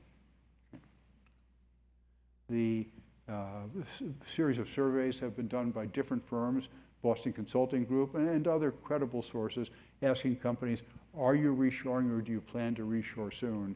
And that number has gone from about 8% up to 90%. Now, when they say 90%, because that's not possible, that it would all be back here, that we wouldn't be importing anything anymore. And the answer is that when they ask the companies to reshore, they don't say reshore everything. They don't even say shut down a plant and build a plant here. It means reshore something. So in some cases, it's one component, one casting, one machine part, or it could be a complete product of some kind. So you just have to take that into account when you're looking at that data. The mix by industry has changed. So back in, say, 2010 to 2021, you get the mixes here. Transportation equipment was dominant, especially because you had a lot of FDI, of foreign automakers putting in big assembly plants and then bringing in suppliers to supply those assembly plants. But transportation equipment, computers, machinery, medical, et cetera. Yeah? And then things changed in 2022 with the CHIPS Act, the IRA, heavy swing towards electrical equipment, appliances and components, and computer and electronic products, and transportation equipment fell off. So look at at the two columns to the right. The first one went from 4% up to 42% of the total, second from 13 to 26, whereas transportation equipment fell off from 34 to 7. So there are big changes in what's happening, and this shows you the details of that. So for whatever reason, EV batteries are classified by NAICS code as electrical equipment, appliances, and components rather than transportation equipment, okay? And therefore, the hundreds of billions of dollars of investment in EV batteries has driven that category's percentage up dramatically, and then the chips and solar panels and robots have driven up computer and electronics, and then within chemicals, you've had a fair amount of pharmaceuticals coming back because we concluded that we were too dependent on offshore for pharmaceuticals. Hydrogen fuel, green hydrogen you hear about, chemicals for batteries, all these things have picked up. The trend geographically has changed. So up until, say, 2021, almost everything was in the Southeast and Texas, driven by right to work, somewhat lower wages, better incentives, more flexible government, cheaper land, things like that. And then with the EV batteries and the chips spread out to Arizona. Arizona has had quite a surge, especially of chips, and then spread up, even New York State. New York State has had a couple of huge chip foundry announcements, and then up through the Midwest. So there used to be some in the Midwest, an occasional big plant in Ohio and Michigan, but now you've got these legacy automotive assembly plants there, and when they announce the EV battery plants, the tendency is to put the EV battery plants near the legacy assembly plant that's going to be converted to produce EVs, because you don't want to have to ship the batteries, hundreds or thousands of miles to the assembly plant. So as a result, there's been this flow up into the Midwest. So how many of you have heard about cut back to your core competence? To go to MBA kind of talk, and that was very popular. And typically, core competence for most bigger companies was recommended to be R&D, marketing, and finance. And that manufacturing stuff, we'll send that off to China, send that off to somewhere, and get that done by somebody else. So you hollow out your assets. You have half as many assets.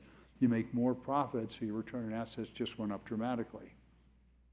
But it's turning out that doesn't work in the long run, especially when things don't go so well. And as a result, increasingly, all kinds of people on Wall Street and even academia are saying that globalization is in retreat, that the trend is back towards making it here and making it yourself. So in this chart tracks the mentions of various terms in quarterly earnings calls. So each quarter, something like this comes out. And for several of the last quarters, reshoring was the fastest growing topic mentioned in the earnings calls. We were very pleased with that, of course. And one reason companies are picking up on this, I've charted here a dollar value of imports, which is $2.5 trillion roughly per year. And then I've adjusted it to the U.S. price level because the U.S. price is higher.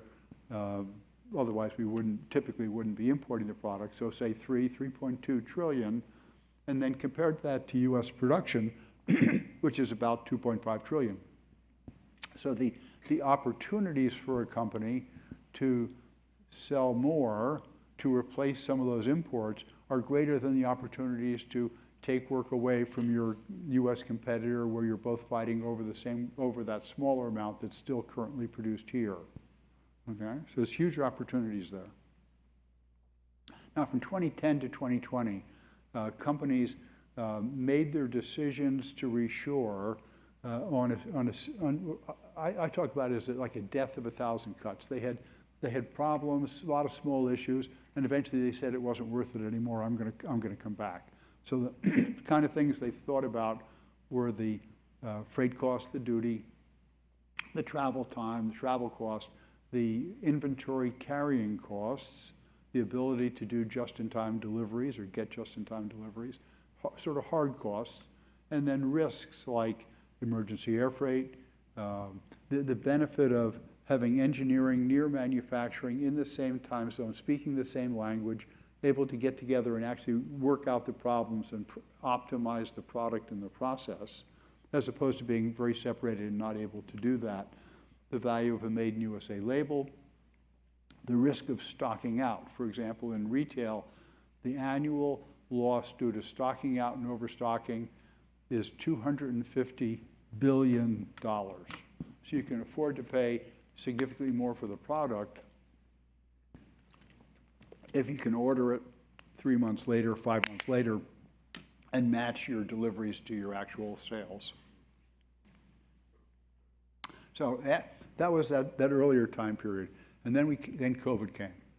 And companies and our society, so every night on television, I remember the doctors and the nurses being interviewed and saying, I can't find a mask, I can't get a gown, I'm having to use this stuff over and over again, I'm afraid I'm going to die. And that was because we didn't produce enough of PPE. We also found we don't produce enough of the pharmaceuticals, produce very little. We found out that we don't make rare earth minerals, which are critical for all kinds of things. We don't make enough of the chips.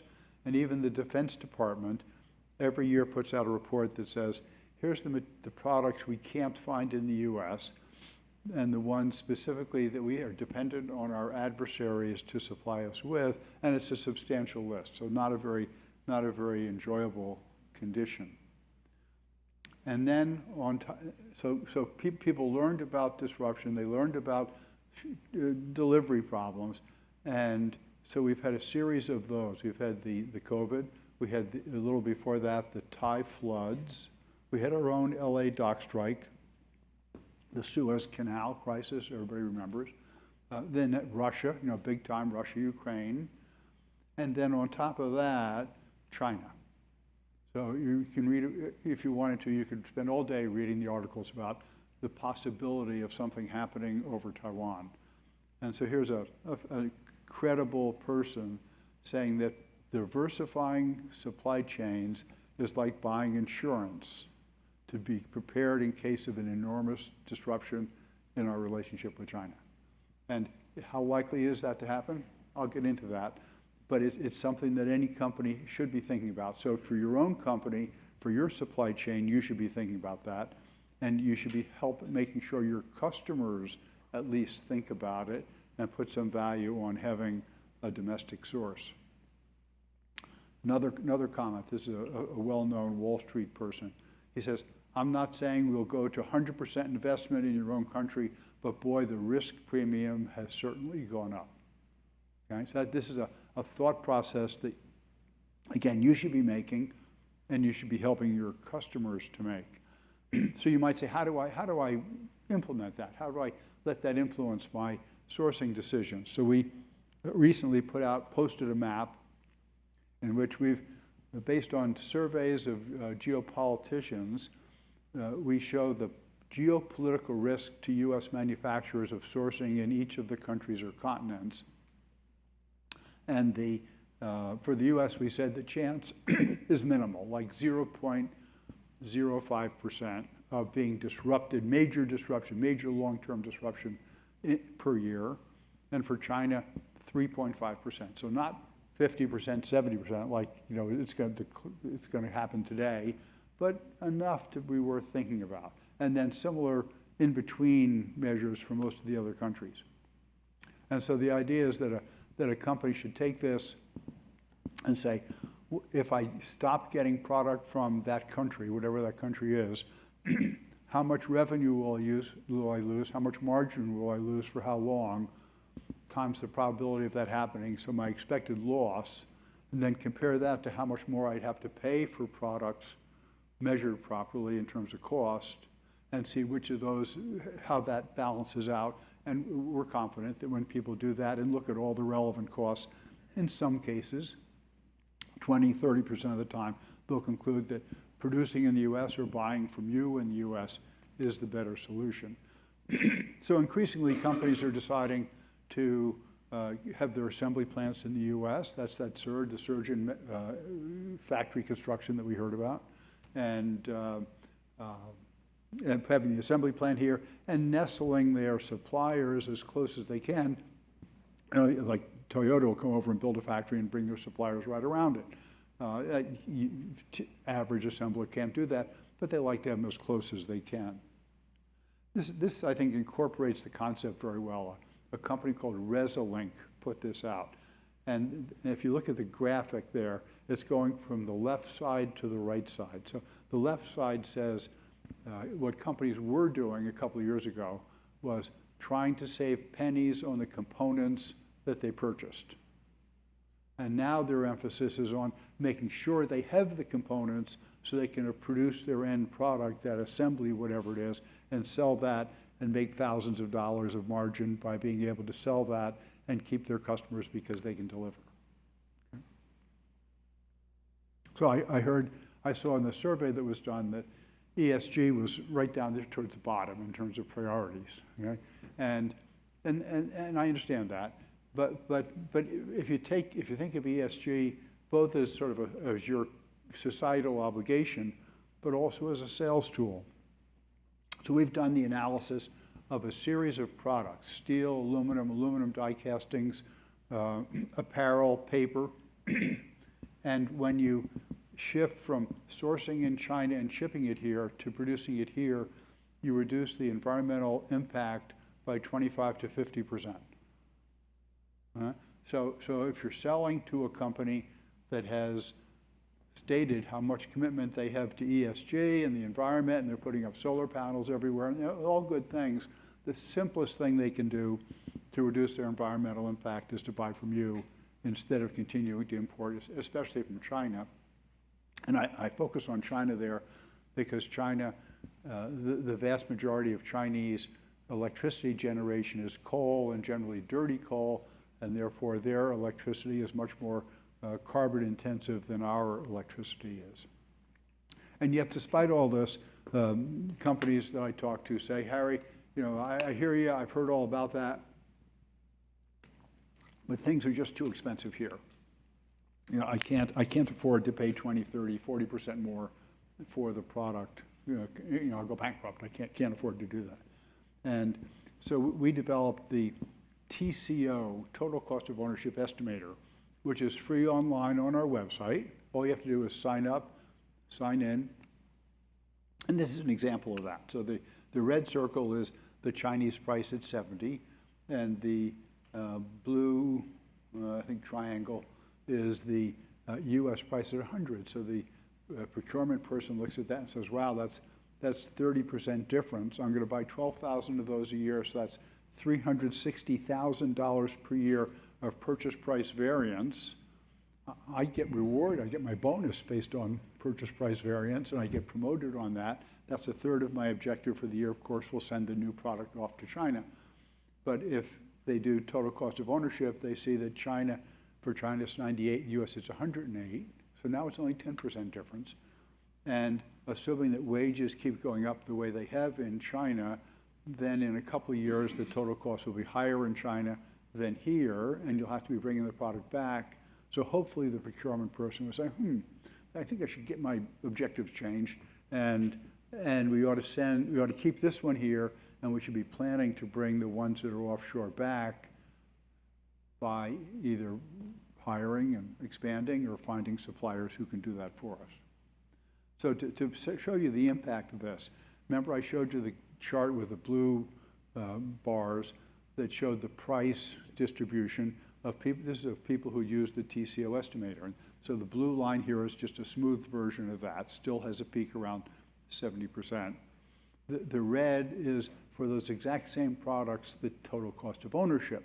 Again, using the data that the user had put in, you can see it shifted over to about 85%.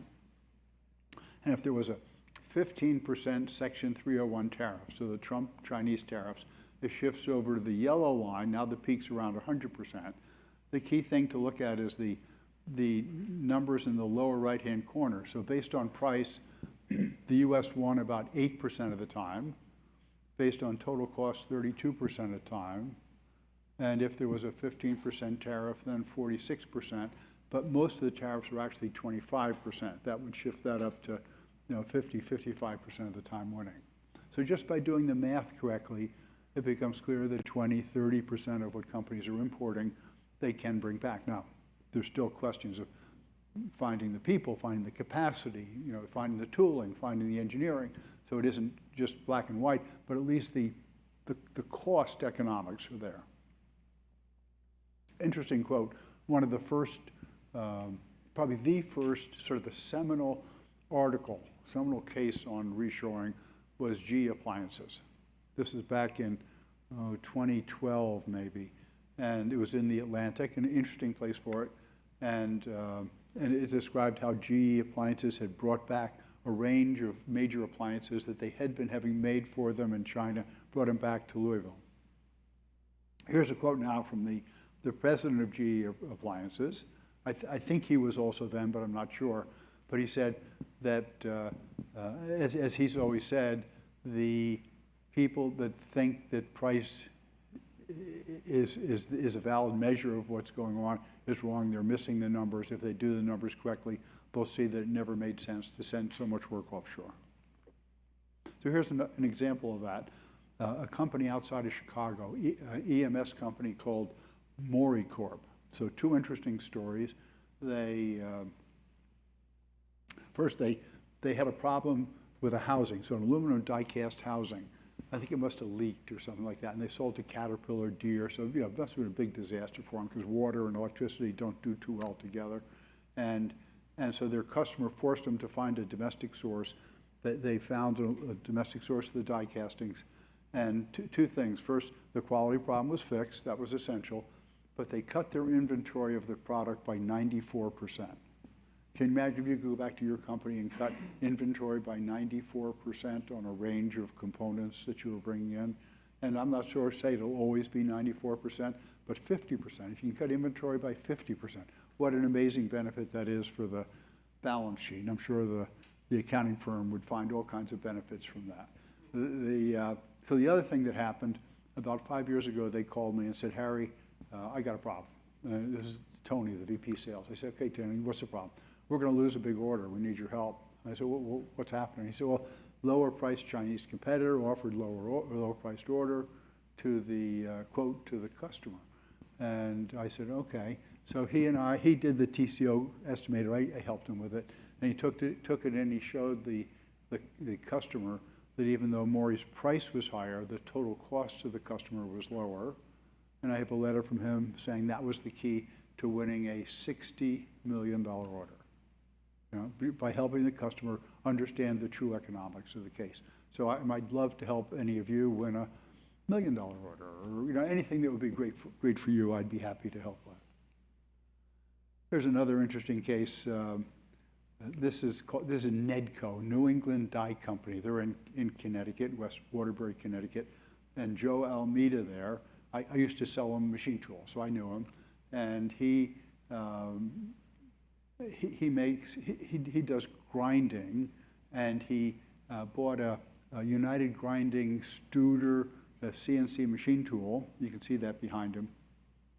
And it came at the right time because he had 3 guys that had been doing the work, combination of EDMing and grinding using manual techniques. And one of them died, another one retired, and another one hurt his back at home and couldn't work anymore. So he's left there with nothing, so to speak. And he had the CNC machine tool, and he was able to, he himself, run the CNC machine tool, replacing the work that 3 or 4 people had done. In fact, his labor costs came down by 85%. His scrap rate went from 10% to 0, and now 70% of the work in his shop has been reshored. It's work that for a while was being done offshore, and he brought it back in. He's doing it in-house. Good news. I've tracked here U.S. manufacturing employment. So the end of the year Bureau of Labor Statistics data.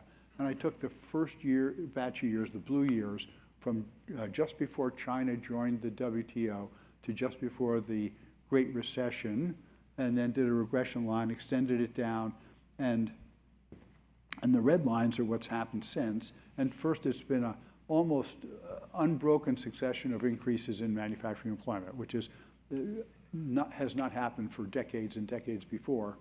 And second, the actual end of the year 22 number was about 6 million more than would have been projected back around 2008 or 2009. Okay?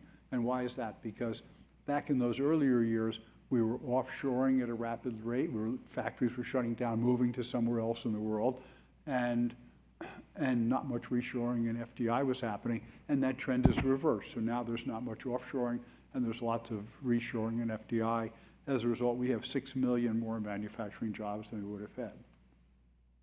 Another way of looking at that finds from about the same date, you can see about 2010, this compares the mix of manufacturing and services in the economy.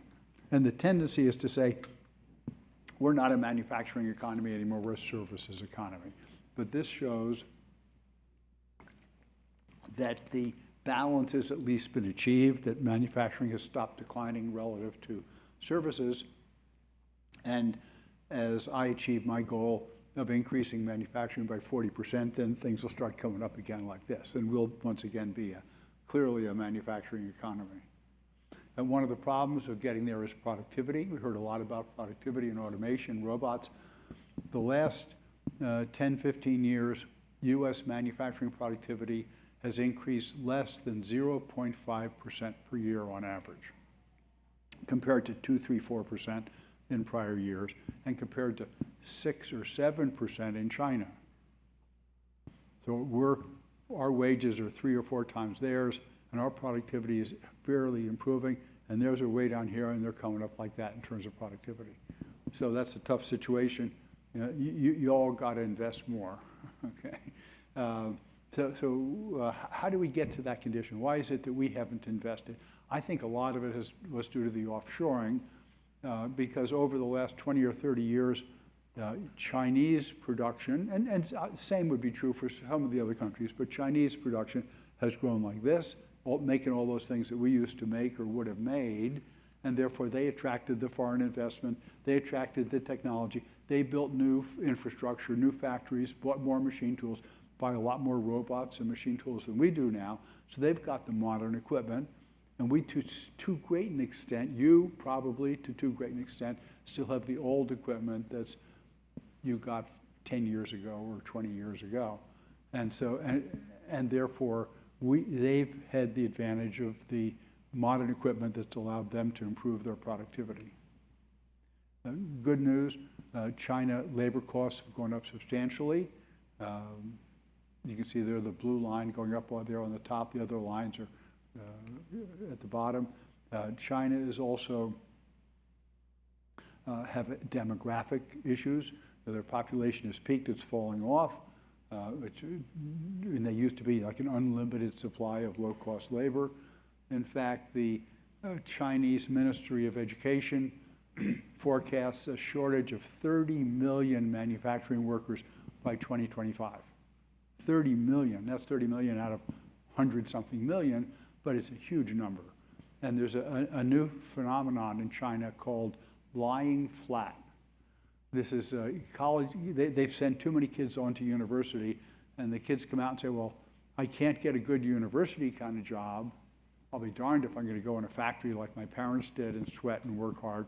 And so they sleep on the couch, and that's lying flat in China. Okay? So when you're trying to convince your company to reshore, or you're trying to convince your customers to reshore, avoid silos, because the tendency is for that procurement person to stick to a pattern of buying at the lowest price, because that's how they're rewarded, that's how they've been trained, that's how they get promoted. But you can find allies within the company. The lean people, most big companies have a lean expert or lean experts, and they know that offshoring is entirely inconsistent with lean, because it makes waste worse. The green people responsible for green will understand what I said about the lower emissions. There's regulatory compliance concerns, quality differentials. R&D people would rather work with local manufacturing. The line management can be suffering problems of quality, inventory, late delivery, et cetera, while the procurement people are getting bonuses for buying the cheapest thing they can find. So some recommendations, some takeaways for suppliers would be, in many ways, the supply chain, and that's what most of you are, benefit more from reshoring, at least more immediately, than do the OEMs. So if I'm going to convince an OEM to reshore, I've got to convince them to pay 20 or 30% more in the hopes that that'll be made up for with having less inventory, fewer stockouts, less problems, and a chance, of some catastrophic thing that could cut them off completely. And whereas if you get an order, if you're a foundry or a machine shop or something like that, all of a sudden you've got 10, 20, 30% more business. So it's clear that you, the supply chain, are the most obvious immediate beneficiaries. So I need you to help convince the OEMs to do it. Automation is key, recruiting and training. Number one criterion for site selection is always skilled workforce availability. So that's very important. Focus on replacing Chinese imports. Clearly the work is coming out of China. The question is, does it go to Vietnam, India, Mexico, or here? So you want to fight for here. While it's in play, is the time to get it. I think there's virtue in offering design and assembly of complex products. So in China, you can go and say, I want a refrigerator made about like this, and give them the specs. They design it, they write the paperwork, they source all the products, they ship you a refrigerator. Whereas US, it's very hard to find somebody to do that, because we tend to either be molders or die casters or machine shops or something like that, not that complete product. Use total cost of ownership, I've described it. Use it for buying smarter and selling smarter. Offer reshoring on your websites. Increasingly, contract manufacturers and others are saying, are you concerned about your offshore suppliers? Here's what we can do to help you. Talk to your customers, the ones you lost to offshoring. If you can remember who they were, is it time to consider reshoring? Promote and enable just-in-time. Your customers would like to still do just-in-time. They'd like to keep their inventories down. You can help them do that better than the offshore supplier can. So specifically, customers, when you're talking to your customers, questions like, do you receive many components or products from China or Taiwan? Do your US suppliers receive many? Are any of them subject to the 25% Section 301 tariff? If everything from China and Taiwan stopped, and stopped for 6 months or a year, would you survive? What would the impact be on your company? What would you do? Well, we'll call you and ask you for some parts. Well, let's say you'll be the 1,000th call I get that day, because everybody else in the country will be having the exact same problem, and I'll tell you it's going to take me 5 years to expand enough to deal with all of you. So why don't you buy some of that from me now, and I'll do my best to help you if that should happen. Okay. So another thing that we do that can help you, if you can identify a product that you're really good at making. If somebody talked about being about the best in the world at making something, not the best in St. Louis, but the best in at least the country, maybe the world. If you can tell us what that product is, we can tell you who the biggest importers of that product are, what tonnage they're bringing in, whom they're buying them from, roughly what they're paying for them, and then train you to use TCO to go to them and convince them to buy from you instead of continuing to import. So you can help them reshore and help you get the business.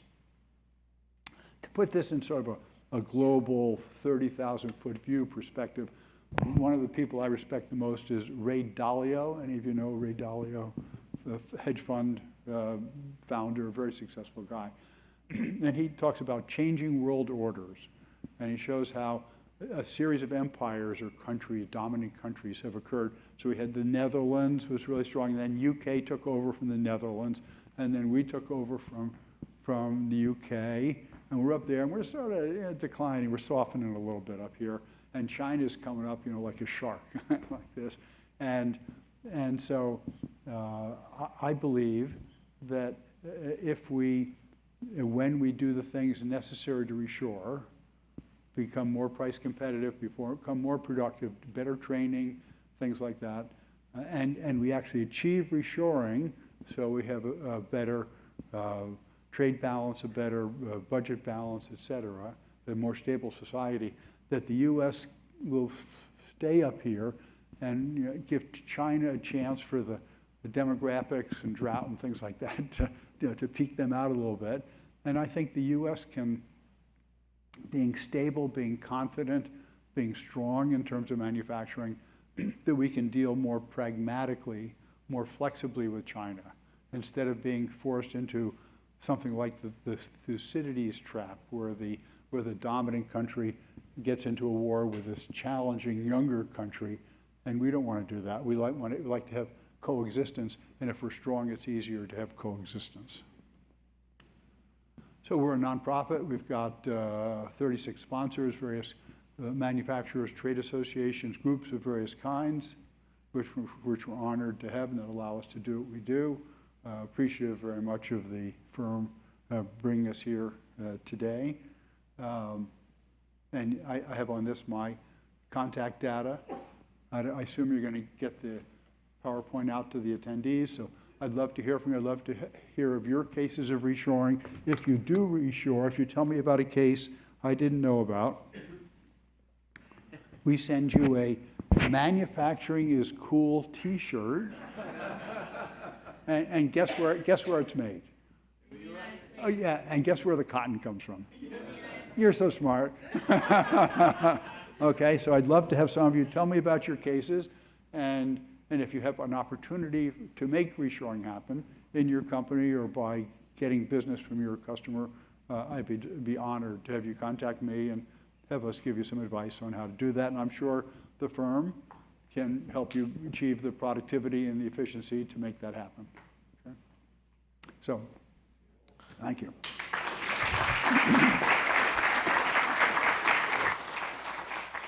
Thanks, Harry. Thanks for all of our speakers today.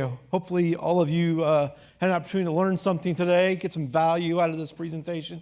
That was the goal. Please watch your email. There'll be some follow-up information. You'll have a link to the presentation, the slides, and also an opportunity to, if you want to ask questions, submit those. We're happy to entertain those questions, and we'll make sure someone gets back to you and connects with you. Everybody have a great day. We really appreciate you joining us today, and much success in manufacturing.